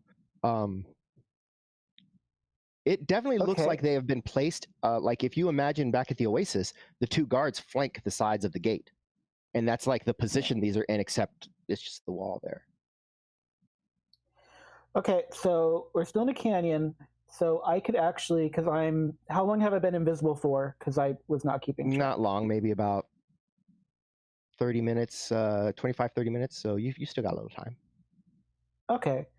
And there are enough scuff marks left that I can hop. Because I want to try to get a line of sight to see if there's actually a traditional cave entrance or if it's like weird, magical, you needed a key to open it, but it looks like a wall type of thing. So you're basically just kind of circling around them to get a view maybe from a different Yes. angle. Okay, yeah, and that works actually because you're looking for it. You know there's a cave around there. There's the clues, and so as you kind of turn around, yes, there is. It's not even really a cave. It's more of a crevice.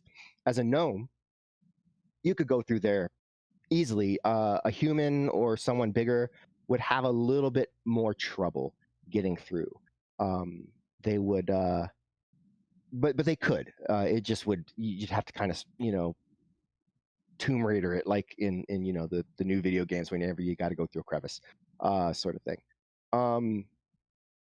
But yeah, it's it definitely there it is. And of course, the scuff marks stop at the statues themselves. Yeah. Okay, so I'm going to take the gross finger still in my pack, and I'm going to put it in the ground. I'm just kind of screw it so it's coming out of the ground instead of leaving a mark, because they're going to be visible when they come up to this, but I want them to know that this is.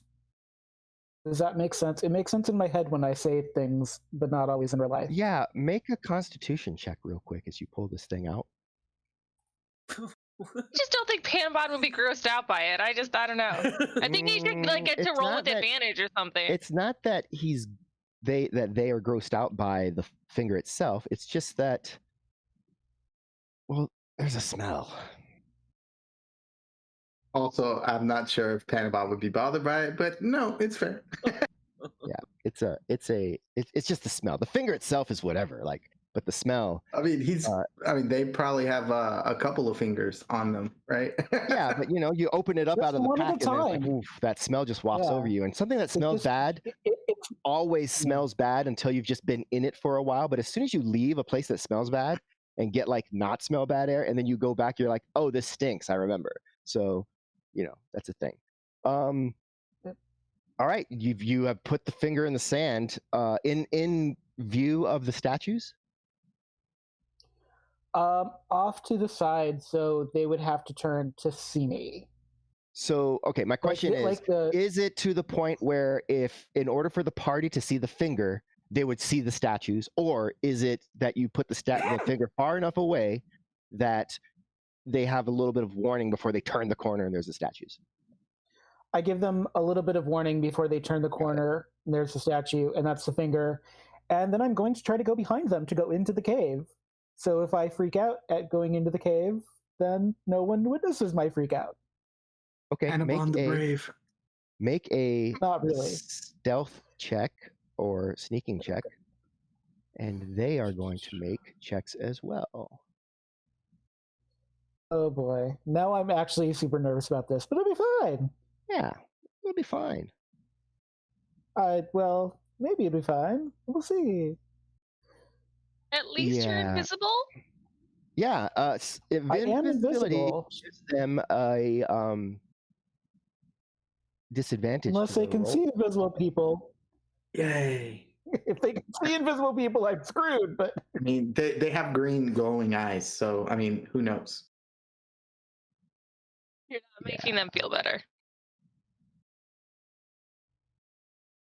They don't move.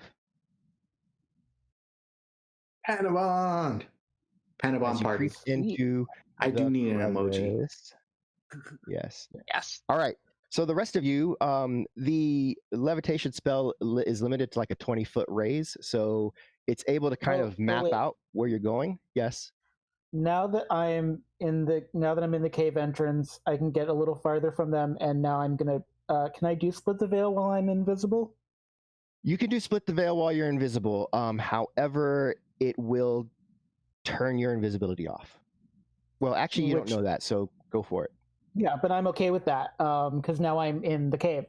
And I have a generic no mask that is just about the color of Zivid skin, but doesn't look as good as my Zivid Alpha mask. And I'm going to actually do it so Real Me is wearing the generic one, and then Fancy Zivid will be the one that's split, which is the kind of non-corporeal version.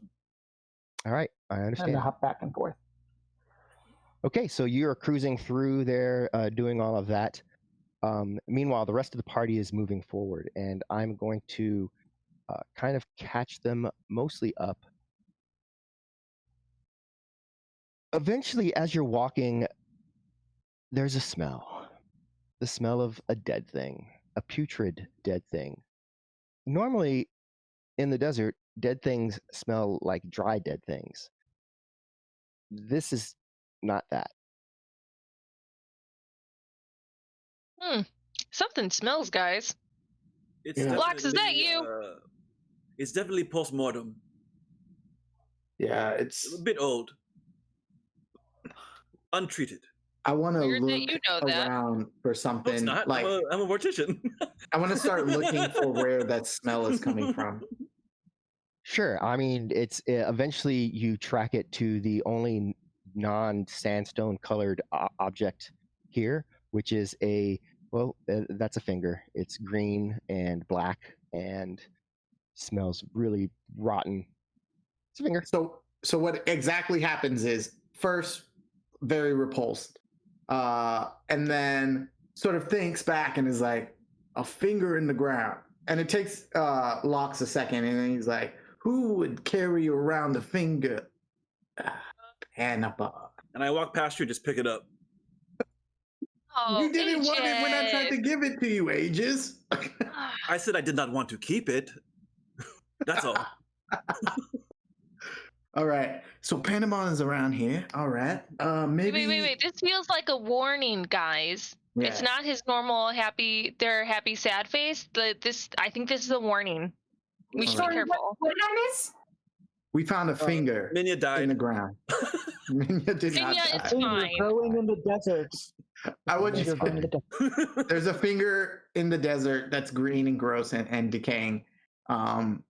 And so it was in the ground. Or was it in the ground? It was in the ground. Yes, it was sprouting out of the quite ground like a little It's bloom. growing. It was going to grow into a whole hand. Oh, it's too bad Here. we cut it off. So This finger here. Before we move on from it, can I get a scope of what Minya sees from the air? Yes. So Minya, you kind of push her around. Now you can only levitate. It says 20 feet off the ground. So I am allowing that's 20 feet from the ground, wherever the ground is, not 20 feet above wherever you might be. Right. So that means you're able to get it up and then move it to the side, to where the cliffs are like, and then it can go up another 20 from there. So Okay. you're able to kind of maneuver it around, and you do see that now that you're looking, that a little bit ahead and around a corner are the two statues. They're standing side by side, about a foot and a half away from the wall, and about 3 feet apart. Oh, so they're close. Yes, you've reached them. Right. So the finger, yeah, maybe this means that they're almost there because they're just up ahead. So the statues are outside. We're gonna have to find a way around them or through them. So we're here. So is this the cave we think? Yeah, I think so. Okay, well, we don't know how soon they're gonna kill Zivid. If they've quickly identified the cave, I'm all for charging in here. all right. I think that makes sense, but us charging in means we could rouse the suspicion of Zivid. I mean, not Zivid. You're right. Zinga. But what if we... I got it, guys. What if we create a distraction, have the guards come forward to investigate, and then we ambush the guards, and then we can follow them in? But we gotta ambush them far enough so, the people in the cave don't hear that we just took them out. All right. Because they are unnatural in nature, what if by some chance they are bound to him in a way that he would know that we are here just by confronting them? I I can't speak to anything magical Like because the that's Minya. not my expertise. But he just got these things. They were at the city, so I don't think they could have had that same kind of, I don't know, wavelength that Minya has, because Minya's been with Shay for, I don't know, what seems like forever. So, I mean, I think we just have to take our chances then. Right? How about I create an illusion right like somewhere that looks like Zivid? Maybe it's Okay. like Zivid trying to escape, so then they would come around the corner and we. Well, what if I like that idea a lot, but what if you led them away so that we could just walk in without? That's also fair. I Fight. kind of wanted to fight, but Wait, you're right. I don't get to ambush them? Well, again, if there's a connection to Uzenda, then he might know. Where if we can get inside without, then he might not know. So it's something to think about. Though I do think, in my opinion, Uzenda can't be bonded to him because there are other statues nearby at the Oasis. So he just cast this spell, and I know with me and Minya, like it takes me time to bring her back and have that connection. So Miss Shayloon. We don't have We time don't for a got lecture, sweetheart. sorry. But I understand what Let's you're trying do to do. it. Let's do it. First try to do it without fighting. But if we want to switch to fighting, just know I'll be ready. I think so. We don't have much time to spare because Panabon and Zivid are at risk. So we try to lure. If we can't lure, then we attack and move on. But be prepared. These are big stone creatures. So, like, cutting them with a sword probably won't help. You haven't seen my sword in action. I mean, you probably have, but Okay. Before we go, I'm curious. How do we know that we stop them from getting whatever it is they came to get? Are we just going in and attacking them, or are we stopping them after they get what they want? We do not know that. We're trying to I go was in. definitely under the assumption that we were going to attack them. I promised Panabon there would be a battle. Zenda's still inside. There still could be a battle. Well, hopefully we find it first. But let's get through the guards. Let's make sure Zivid and Panabon are safe, and then we'll plan what happens next. So once we're inside, go into sneaky mode. All right. Mr. Locke? Yeah.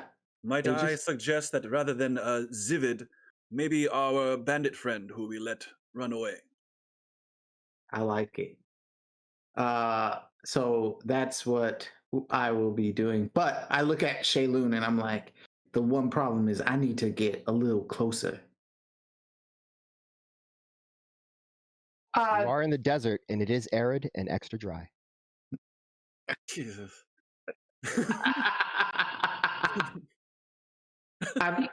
You knew what I meant, Danny. Like minor illusion, just out of character. My illusion is 30 feet. I would need to get somewhere where I could do that in 30 feet to get them to move away enough for us to sneak past. With the rocks around us, there may be space to hide while you sneak closer. I don't want to. Right. To help you, I would have to drop the invisibility on Panabon, and I don't want to do that. And put as if on cue, you feel that concentration. You feel the tendrils of that magic kind of dissipate. Shit, never mind. Let's go. Go now. Cast your spell. We gotta get inside. All right. Brunia brings out her blade. Cool. I start packing up shit into my bag. That make a stealth roll, Randy, as you're moving up. As I was explaining all of my stuff, I was giving you guys your extra XP or HP. So thanks for shutting me up, guys. Yep. Can we still have it though? Please. No. Sorry. I was just thinking it was fun that way. Growing pain. I start whispering motivational. Oh, here we go. No. All right, so a 13 as you move forward. You kind of creep up around, and when you peek out at every corner just in case, and it's not very far at all. You get about 30 feet ahead, and you peek out, and there they are. They're standing there. You drop back. They don't notice you at all. As you peek out again, there they are. They're standing there. You're about Alright. 15 feet away. Minya, come on. Okay. I'm going to cast Minor Illusion. Okay. What happens? I create sort of from where I'm sitting, I sort of mumble whatever incantation is needed for that. And sort of on the other side of them, from where I am, is this bandit guy. And he's looking like he's mighty interested in what's in this cavern. And like he's writing notes. And I'm just gonna keep casting that cantrip. And then he's gonna obviously, so they will see him is the goal. Okay, sounds good. They do actually. Their heads turn in the direction, and they actually start stepping in that direction. Right. So he's gonna see them and be like, "Whoa!" and then sort of try to like back up slowly so that we have more time as they're like heading in that direction. And I'm like behind me, sort of, "Come on, guys." All right, everybody is moving ahead. Give me a stealth check for everybody. That is boy. not Panabon. Right. By the way, knowing how stealthy Perunia normally is, I'm going to slide off her back and do it myself. And Perunia, Yeah. you have a nat 20 from I think it's from Teslin or from Tellin, so you may want to use your nat 20 for. You know Thank what? you, and yes, I will. That is also a very good thing for me because I am at a disadvantage with heavy armor. So I will use one of my inspirations to make it a clean roll. Nice. Okay, very good. So Perunia has used. Can I have uppies again? It's too late now. You jumped off. Motion her back on. Oh my, and never call it uppies again. Oh my god, how embarrassing. Sorry, guys. We're fighting. Yeah, I think we're fighting. A 4. Very nice. Prune is like the one time I'm sneaky. At least it wasn't me. Bang. I look at Aegis' armor and I'm just like, You knew it was either going to be him or I. Like, Yeah. you know. Got the Pike syndrome. All right. As you move forward to where they were guarding, you are able to find the sort of cleft in the wall. Okay, so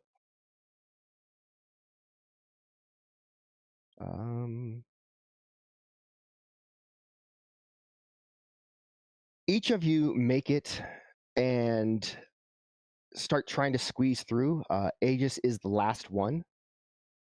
And as Aegis gets there, you realize that this is huge, your shield, and the way through is not as huge. And so you can't even actually hold your shield and go through. You've kind of got to set your shield sideways and then go in yourself and then kind of drag the shield behind you. And that scrapes against the sides of the wall. And you definitely feel like... Please tell me it makes the same sound as when he pulls out a chair slowly. No, God. it's not that sound. It is a different sound. But as you pull the shield in and you get to a place where you can stand, you look nervously back to see if they're following, and they are not. Maybe they're only triggered by seeing people. Maybe they aren't supposed to go inside. Who knows? But they are not following you. You wait like a few seconds and realize they're not. Panabon, Hello. as you are Also from deep in the cave, Panabon hears Aegis' shield and is just like, Yes. Well, you hear something sigh. rumbling and cracking and stuff. Yeah. So, Okay. and then you dart forward and stop quickly as you realize you have reached a precipice. There is some light. There seems to be, you're in a large cavern. There's light coming down from a few kind of holes, maybe in the roof ceiling of this cavern. just enough light to see that this cavern is not empty. There is something down at the bottom. It's maybe 60 feet down. You could try to climb down if you had a rope. Maybe you could find a place to tie off or something. I do have a rope, but since I'm doing, I guess I'm still doing my ritual, so maybe it's not an issue. I do have a rope, though. It's not very long, is the only problem. Okay.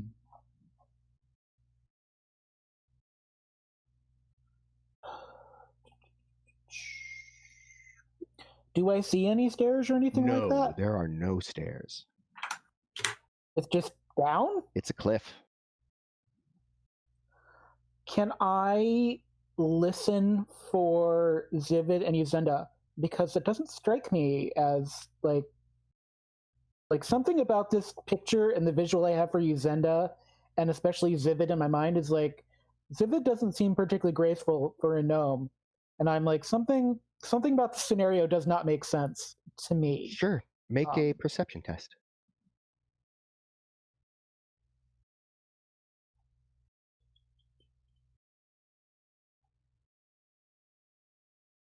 You strain to listen.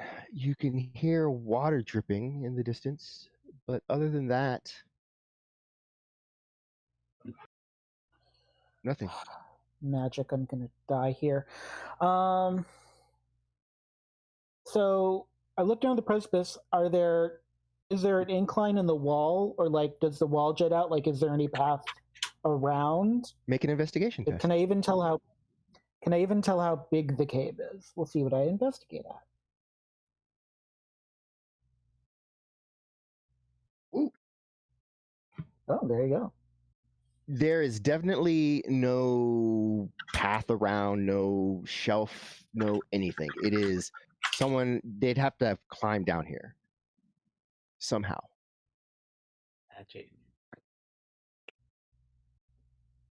Yeah, something about this is like not.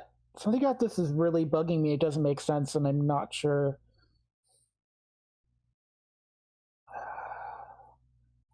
In real life, I'm like trying to figure out if this is like a Raiders of the Lost Ark thing, and if I should just like jump and see if there's like a fake bridge. But I'm not going to do that in game because that would be stupid.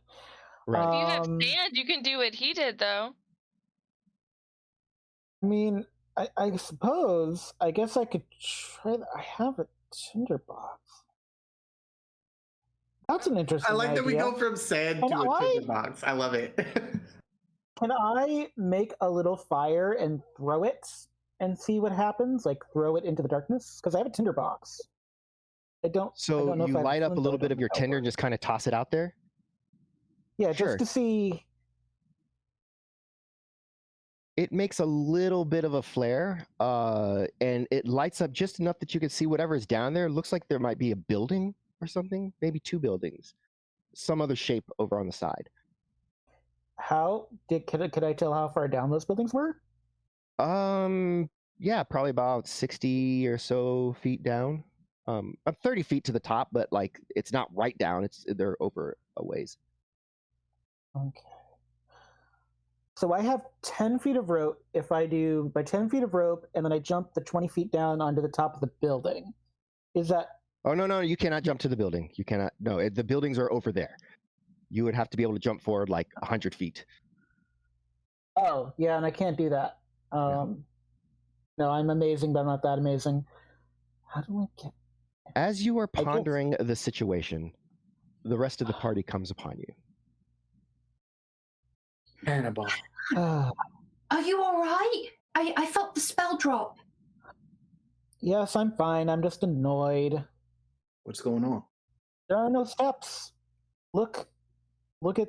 Can you all see this? I have dark vision, so I don't know what I can see versus what they can see. You could see about 60 feet, so you could see down to where like the ground is. I mean, everyone can kind of see it. It's really dark, but there's like a dim light, so you can kind of make out shapes.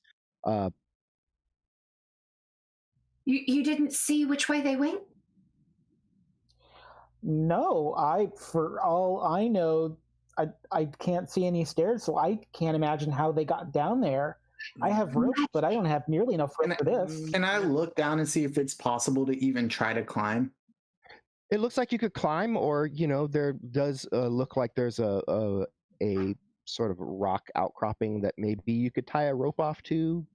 Hard to Alright. say. Mr. All right. Locke, So- Perunia is used to the mines in Pelicune, and so she's actually going to look for something to trigger like an elevator because that would make sense given her history. But her investigation's not great, so I tell my idea to everybody else, but I start looking. Alright. Good one there. Simultaneously, Mr. Locks, do you Yeah. happen to see any footprints? I want to roll some. Can I help? Yeah, Do you have survival? I do. I do not, but I'm wise. Then you cannot help. Does someone else have survival who can help me with this? No. Okay. No. Oh, Oh I cannot. God! Oh, But I go. Randy, go, you have a nat It's 20. too dark in here for me to do this. But I can tell you what I can do. And he starts climbing down. I'm gonna use my nat 20, Danny, to start. Okay, there we go. Okay, so thank you, Dapper Fat Cat, for Locks getting down to the floor of this area. It's like I said, it's dark. It's very dim. It's not so dark that you can't maneuver without tripping over something.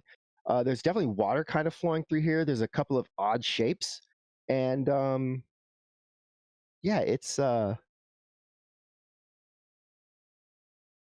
You hear Locks when he gets to the bottom sort of start like what sounds like it would be a bird of some kind. Like it's just like a slight whistle of a bird just saying like it's intended to be like you guys, I made it down here, but it's just sort of what he does to be like I recognize it. yeah. I'm just like, Locks, that looked easy, and then so I start going down. Wait, Arunia, does anybody have rope? Oh yeah, I have rope. Anybody How else? much do you have? I have 10 feet. How much do you have, Perunia? Let us see. Because once we get down is great. Eventually we're gonna have to come back up, which is kind of a concern I have. Just a small one. Fair. It's 10 pounds. I don't know how long it is. I have a blanket. Will that help? it is a 50 feet of rope. 10 50 pounds. feet of rope. And looking down, do I think that'll kind of cover the distance to the bottom if I tie him? I mean, the ground is like just to the edge of your dark vision, so you think so, maybe. All right, just for some extra, maybe the blanket, but let's start with the ropes and see how we do. And I'm gonna give it to. I don't know why I make this assumption, but I'm gonna give it to Rosalia and be like, "Can you make this a really tight knot so it doesn't come apart?"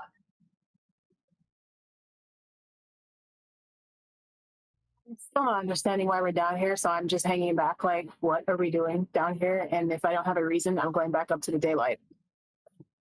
Oh, Aegis, would you tie this in a really good knot? I hope so. All right, and then I'm gonna start looking for a place to like wrap the rope to, or like tie it off on. Sure. Like I said, it's most likely like there's a large rock that kind of sticks out. It looks like you could tie a rope to it. Excellent. All right. We have a plan. This is gonna go well. All right. Perunia just starts headed down though, because I'm not really gonna wait around. I handed you the rope, but then I just went down. Yeah. I mean, we're trying to stop Zivit from being killed. Also, I just like have this competitiveness, and I saw that Locks did it really easily, and I just like need to show that I can do it too. Yeah. And you do. You easily climb down without a rope.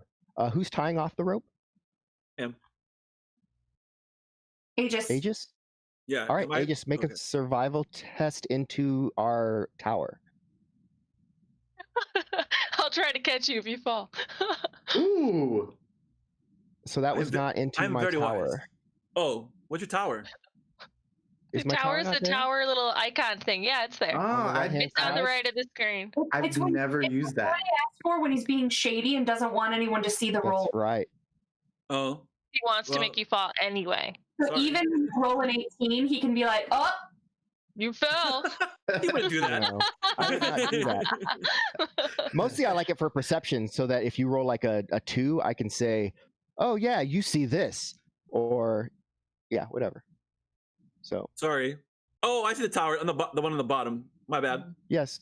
So now roll You guys into don't the see tower that. again for affixing the rope to the rock. The same roll. It's a First one survival was test, to yes. find which rock to tie it to. The first one was to tie the 2 ropes together, or tie the 2 things together, and I then didn't see you it. tie around this rock. You pull on it, and it feels pretty secure. You feel good about it. Roland doesn't. Shay, while that's happening, I turn to Shay and I go, Shay, is there a spell you can think of where they'd be able to get down? Because Zivit didn't seem very nimble for a gnome. Did oh, he?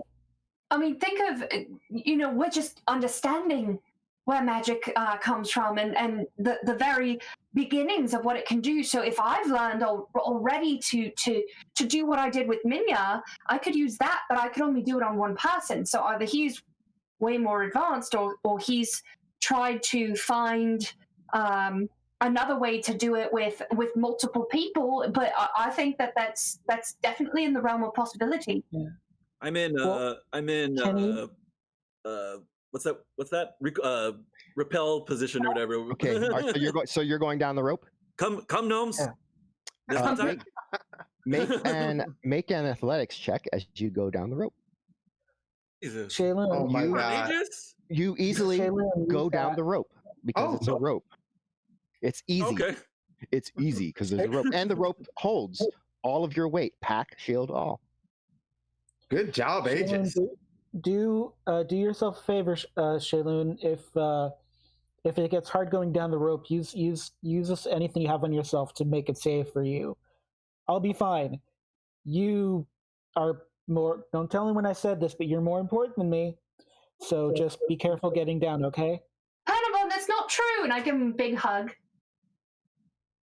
I'm gonna be That's- fine. I I mean- promise. Definitely true. But if you tell anyone I said you're more important than me, I will have to run away. So As you say don't- that, and then you don't worry. turn, there's Rosalia just kind of standing there, looking at you. Didn't you go down? Did you hear that? She was pondering going back out and just like being like, I don't know what's going on, but no, she's still there. Everyone else has gone down this rope to investigate All right, this I'm thing. super embarrassed, so now I'm just gonna go down the rope. Like I'm super embarrassed, so now it's just time to flee the awkward situation I've got myself into. All right, make an athletics check as you go down the rope, Use his full action to disengage. and then when Shay Wait, goes down the rope, make an athletics check to go down the rope. All right, I can do it. I can do it. I can And do I it. fall. Break both my little gnome. Oh legs. no, this is the worst scenario for Panabot. I'm so sorry. This is what was going to happen. I knew this is what was going to happen. So Shaylun is easily traversing down the rope. Panabon gets about halfway, and suddenly their hands slip, and you begin to fall. We'll try to catch them. Make a reflex save real quick. So dex save. Dexterity save. I'm sorry. systems. Dexterity save. You don't manage to grab hold of it, and you kind of burn your hands a little bit, taking 1 hit point of damage. That's all. As you fall, and Perunia, make an athletics check to try Yes. to catch him. This is what happens when I'm in a cave. This is why you don't go into caves. You catch him, which keeps him from just hitting the ground and taking 2d6 damage, but he does take 1d4 just for the sudden stop at the end. So that's 3 total damage that you took going down the rope, and then a moment later, Shaylun slides down. And well, Shaylun, with my roll, I am really proud because I have a -1 to my athletics. So I freaking come down here like Rapunzel in Tangled, where like the rope like falls and she just like jumps out the window. Panabon just looks at Perunia and is like, I am going to stab Uzenda super extra hard. for making this happen. And also thank you. Sure, you will. Stabbing extra super hard. Right after And you they say are that, just like, I land down frowny and you face. go, what'd you say? Nothing I'm going happened. to stab you into super, super hard is what I'm going to do. And then stabbing. you see Lachlan sort of crouched down, sort of touching the dirt, and he goes, he waves some people over, and he's I'm gonna pause whispering. you and just be like, "Where's Rosalia? Did she come down yet?" Nope, she's up there. She's pondering apparently. Yeah. She seems angry. If she's not down here in the next 5 seconds, I'm going back up to get her. Yeah. That's fair. All right, and I'm just going to start moving forward because Wait. Before you do, Lachlan is gesturing really hard for everyone to come over because what he's going to whisper to whoever does, I mean, you can choose not to come over, but what he's going to whisper to whoever does come over is what he found are Zivid's sized footprints in the dirt. So another gnome. And so he's going to... actually, that was up top. Oh, up top? Oh, so I did find that? Oh, okay. Yeah. So never mind. I do not do that. So you can go off and do what you want to do. I was going to do that anyway, but I climbed back up the rope to check in on Rosalia.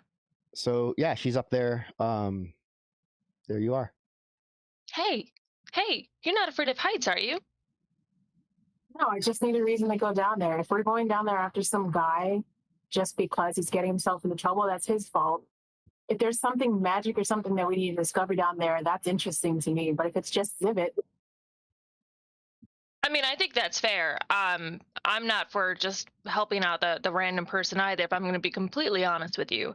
But based on what Lox explained about your vision, I'm very concerned that whatever is down here could lead to other people losing their lives in the way that you described. So let's say there is some ancient magic down here. We don't want that to get in Yusenda's hands, right? I guess I'm not understanding.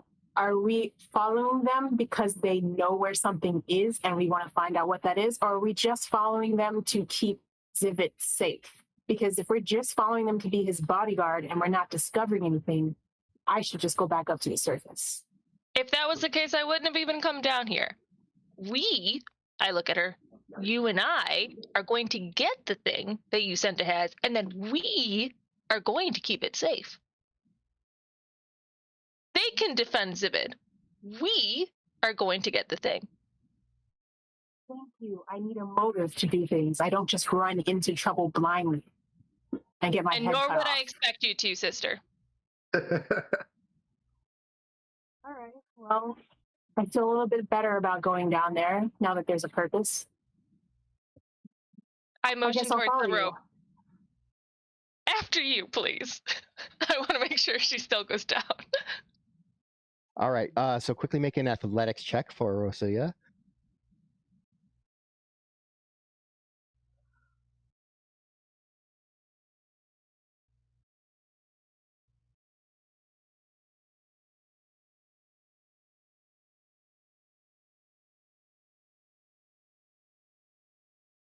And easily do you both go down.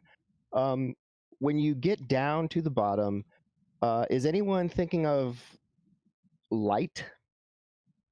No. No? Okay. No, but Oh. go. Somebody should.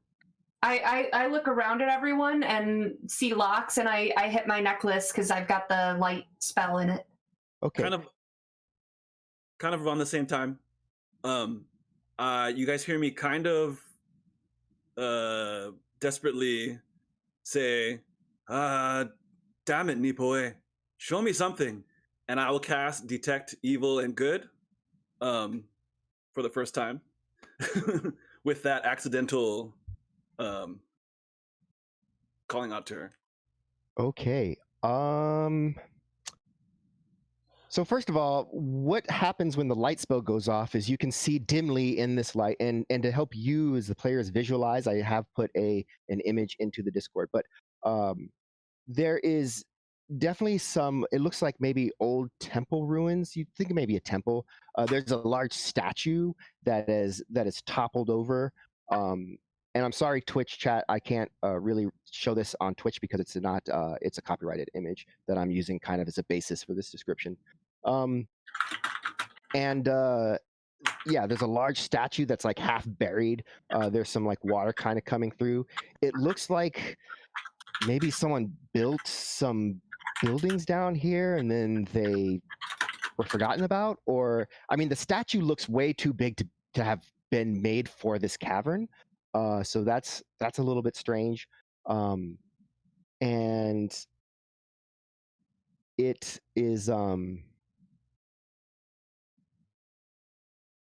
there you can see in front of one of the buildings where you imagine it must be a doorway, but there's a pile of something over there. It's just some sort of stacked up.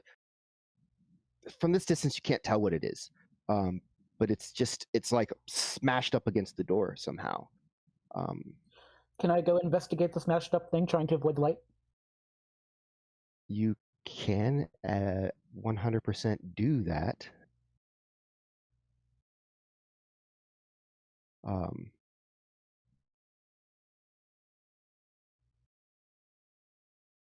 Maybe. Yes, you can. You can go over there and do that if that's what you're doing. Okay. Yeah, because I'm also like, I see all the light happening, and I'm just like, this is the best way to get caught in what we're doing. So I'm also trying to avoid the light. All right. I don't need to. Yeah, it's not hard to describe once you get close. You realize that it's just a pile of skeletons that are just up against this, and it is a door into this building. Is it a fresh skeleton, or it's like it's mummified, or like how? No, they're skeletons, old, dry, brittle bones. Okay. Well, I sigh, I curse under my breath magic in Draconic, whatever the word for magic is in Draconic, and I'm gonna enter the building where the bones are next to. So you're gonna climb over the bones to open the door. Yep. Panabon is climbing over this strange pile that is over there, and pushes open. Did you see? Push open a door, but you're actually not able to. What you do see is there is the door is kind of broken up in the upper right hand corner, enough for a gnome to fit through. You think? Sweet. I guess I'll climb up that way then. Panabon disappears into this thing above the pile.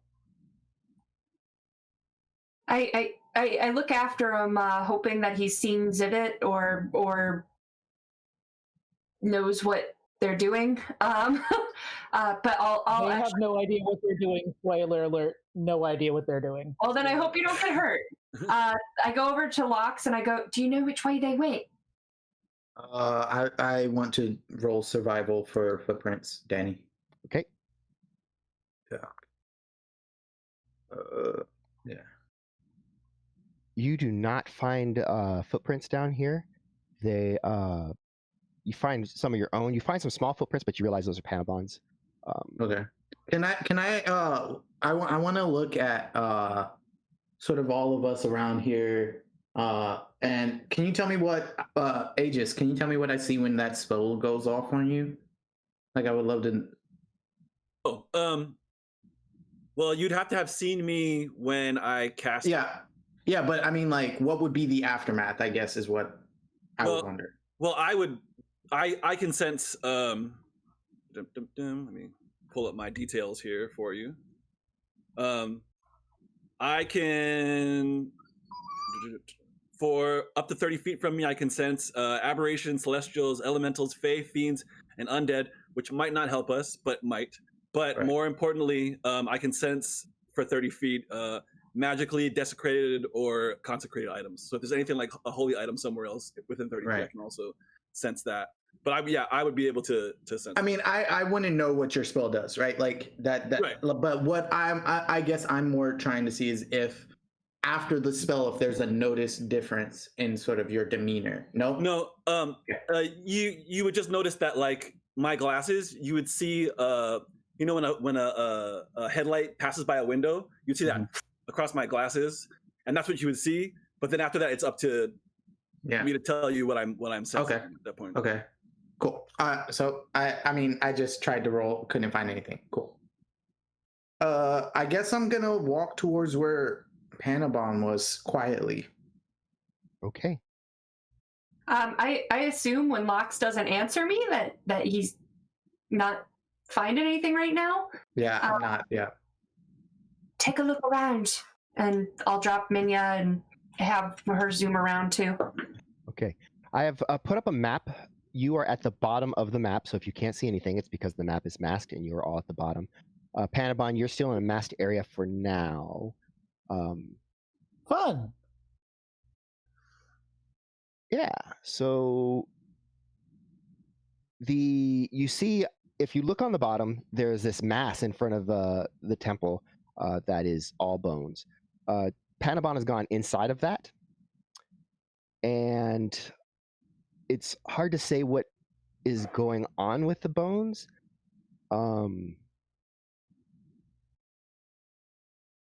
Like, did someone stack them there, or just what? Hard to say.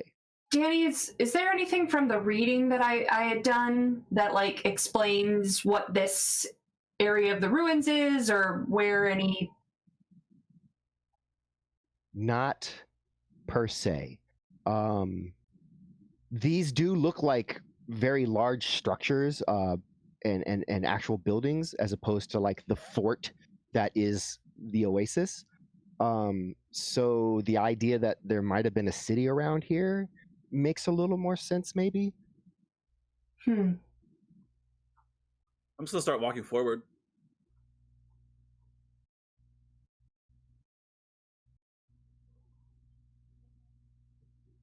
Can I have Minya zoom around the perimeter of this building just to double check if anything's? Yeah, the zooming around the perimeter, you find that there's rubble. I'll hold Perunia's hands and then flip my eyes so I can see his Minya. Oh, okay. I'm startled, but I hold on to it. All right. So basically, you see that there's some rubble over here where part of this building has crumbled away, and that's to just the north of you. As Minya rolls around the other side, it's more of the same. Just this kind of crumbling, ruined building. There's other buildings maybe further down, but this is the only one that has a pile of skeletons in front of it.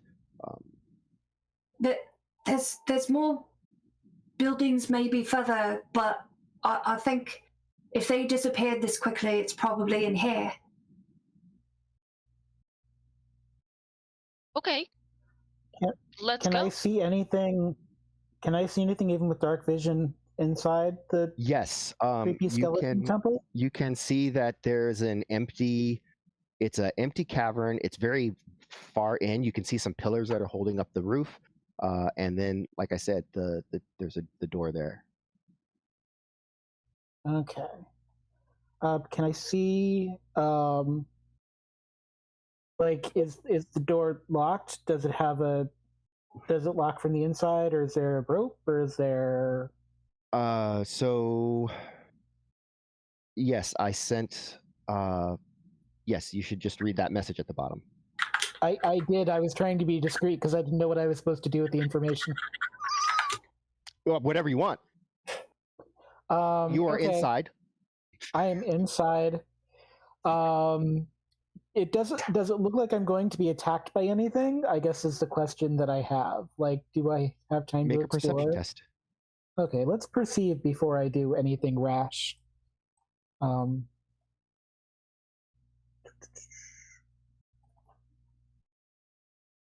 You do not see anything moving. You don't see any motion.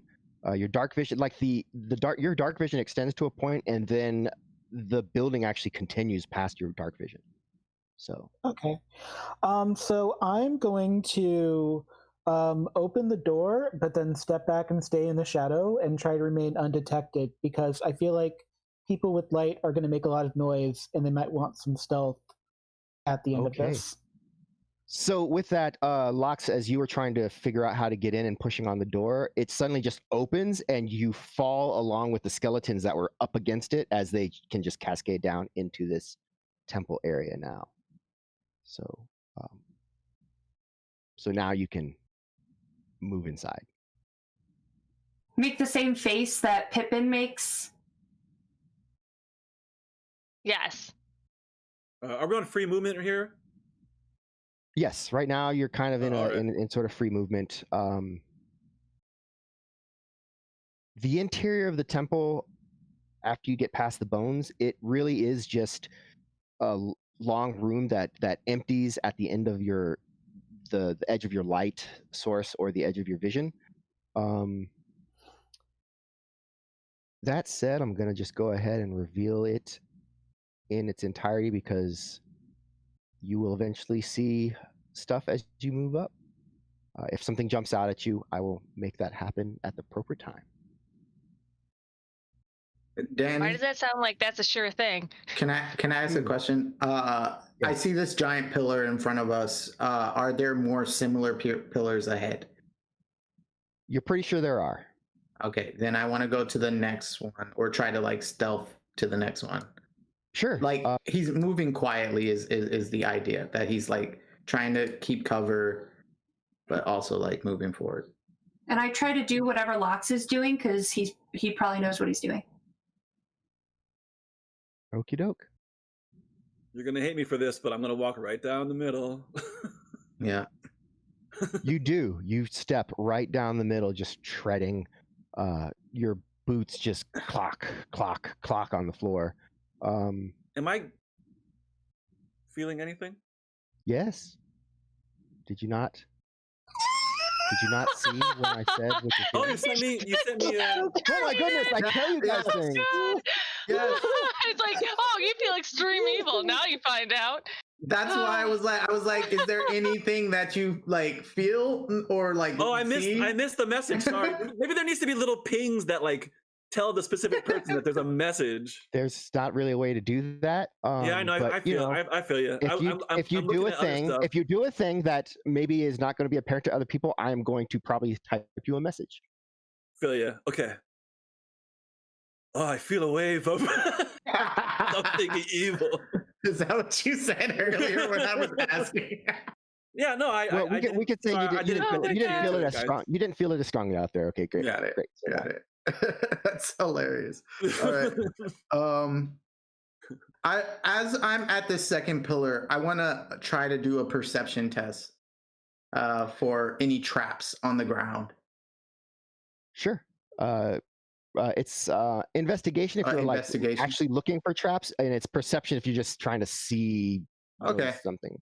I'm not going to do investigation, so I'm just going to try to see something, just because I'm better at that. Typically, but not in this situation. Yeah, it's pretty dark in here. Yeah. Okay. The only person who is not having any trouble whatsoever with the dark is Rosalia, because there's no such thing as darkness in her world.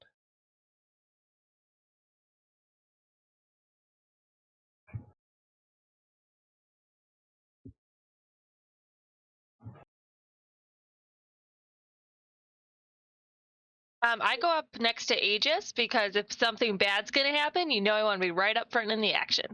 That makes sense. Danny, So you're moving up. As you are creeping forward, Panabon, you notice the reflection, a glint of like a bluish light ahead of you, directly ahead. Ooh. Well, I was scared, but now there's shiny mysterious blue light, so now there's a I'll shiny. Just start creeping forward. Just Hey, Lox! What's in there? In the room to my to the right. Yeah. All right. Lox is like, he looks back at Shaylin, is like, and holds up a finger, and then starts walking in that direction. He's not going to stop at that corner, but he wants to look in and see what he can see in there. As you peer in, you do see that there might have been a side room. There's a lot of dust collected in the corners. Not a lot of other stuff in here. Maybe there's some stone that looks like it might have been furniture at one point, but it's mostly just broken and destroyed right now. Sort of comes back and is like telling Shaylin, or I guess he would sort of waddle across the room to Shaylin and go, yeah, that's a dead end. It looks like an old room that doesn't really have much that's intact. And then that means it's safe, so nothing's going to come out of there and hurt us when we walk past. Speaking of that, Danny, can I thieve the mysterious blue item? Can you what? thieve it. Can I thieve it? Can I use my thieving tools or something? Is it a thing? What is it? I mean, at it first, maybe. Nope. You can try to thiever it if you want. It's so what you see when you get there is what appears to be a doorway, maybe. It's definitely like a big sort of archway, but it's not open into the next room necessarily. It's just kind of open there, not open there, but it like almost a design, but you feel like maybe it could have been a doorway or something. It's not just like a sort of a etching into the wall. And this gemstone is right in the center of it. And it looks like it's meant to be grabbed. It's almost like a knob, like a shower knob, like if you pull the shower knob out and then it turns on and then you can turn it side to side for hot and cold. That's the kind of like shape of it, crystalline shape. That's exciting. Feel like? Do you want to send me a message about that? How tall is it off the ground? It's about doorknob height off the ground. Okay. Well, I've been sent into a cave, and I fell, and I'm very annoyed, and it's just like, Zivid's not here, so we're still in this cave, and I'm frustrated, so I'm going to try to do the one thing I know best, which is stealing, so I'm going to try to take the blue gem, or at least twist it one way or the other. So you reach forward, you grab the gem, and you pull it out. Everybody hears this loud sort of clang echo throughout the temple. The sound of metal banging onto other metal.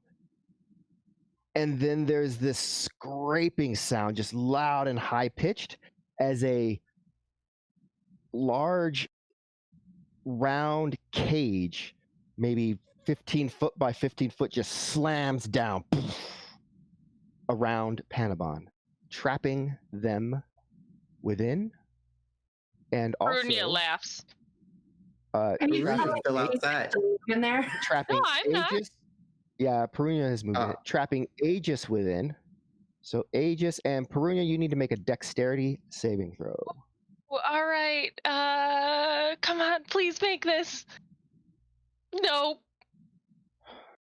Okay, what about muscles? Can I muscle it up instead of dex save? No. What happens though is you, as you are like, oh shit, trying to figure out which way to move, you move into the cave, and it hits your shoulder as you go in, doing 4 points of damage. You guys are doing a horrible job of being stealthy. I just want to let you know. This is like karma for laughing at Panabon. It's instant karma. Yeah. The and when it hits the ground, like everyone can feel the ground shake and dust sifts down from the roof and the ceiling, and there you are, trapped inside this cage. Lox is on the other side of it, and you're absolutely sure that something must be coming, but you don't know what, and you won't find out tonight because we are at the end of our session. One dex save I needed to make, and I almost took 2 extra, points of dex instead of the feat. I regret that now. Thank you, everybody, for joining us tonight for Like Clockwork. Thank you, everybody who joined us at all for the streamathon, who helped out, who participated in the giveaways, who donated or otherwise are helping to support us making this content for you. We really do appreciate it. We will figure out what what our next big REM venture is going to be, and we will inform you soon, because not having anything exciting to talk about at the end of our streams is just not a thing we're going to allow to happen. So it's like, I got something.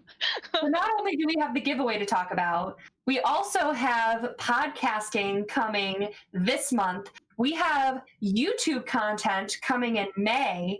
So like, it's not like we're like, great, April's over, sit on our asses. I didn't say that. I just said, we were going to... Wait, that was my plan. I was going to sit on my ass. Yeah. All right, so we have a thing and another thing and the other thing. Things are happening.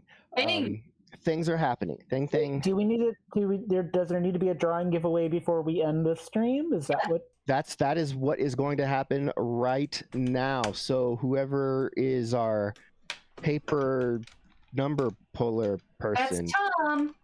Tom. Congratulations in advance. Tom. Give me 1 second. Tom is mathing. No, math I can do in my head. Fantasy grounds, that's another matter.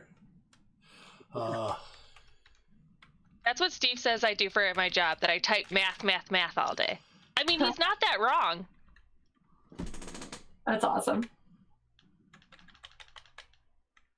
All right. Like that episode of Doctor Who where he just says physics a lot. Well, while Tom is doing this, just really want to thank you guys for... What was that? Give me a second. I'm going into roll 20. Thank you guys so much for attending the streamathon. Thank you for your donations, your subs, your bits, the hype train that we didn't know was a thing until it was a thing like 5 times in the past 37 hours. So really appreciate you. We did more than I could have hoped for. I think we're about at maybe just under $750, which is really going to be a huge help. We've got a website coming with services. We've got advertising that we can do to build our community here. Lots of partnerships with the panel for nerdy women in business. So really excited to see what the rest of 2021 is going to bring for us. And thank you for celebrating our 1-year streaming anniversary with us this weekend. This has been amazing. Yes, I am going to go to sleep after this, probably. Probably not. No, that's actually not going to happen. Yeah. Danny going to sleep and actually like eating healthily, like that is the dream. And Randy is our winner. What? We could have entered? What? Randy's won like 5 shirts this weekend. Yeah. Not true. Not true. And 7 posters. So roll and again. That's what I thought. No. Yeah. Roll. Randy won a T-shirt during Pathfinder. Can we do another one? Yep, I'm rolling again. And also, by the way, my voice is going out. I figured. Wow. Okay. Randy again. And guess what? Guess who just won?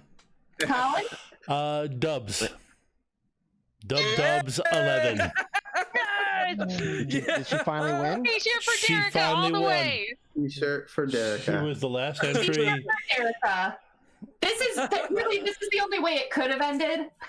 Yes. Super appropriate. 37 actually. hours like this. Yeah. I am very for this. All right. It was a long campaign, and here we are. You did it. So just stick around, Derica. We're gonna get your information. We're gonna get like your address and stuff, and then we'll make sure you get your stuff. Okay. This was the subplot of the entire weekend was t-shirts for Derek. Yes, it was. All right.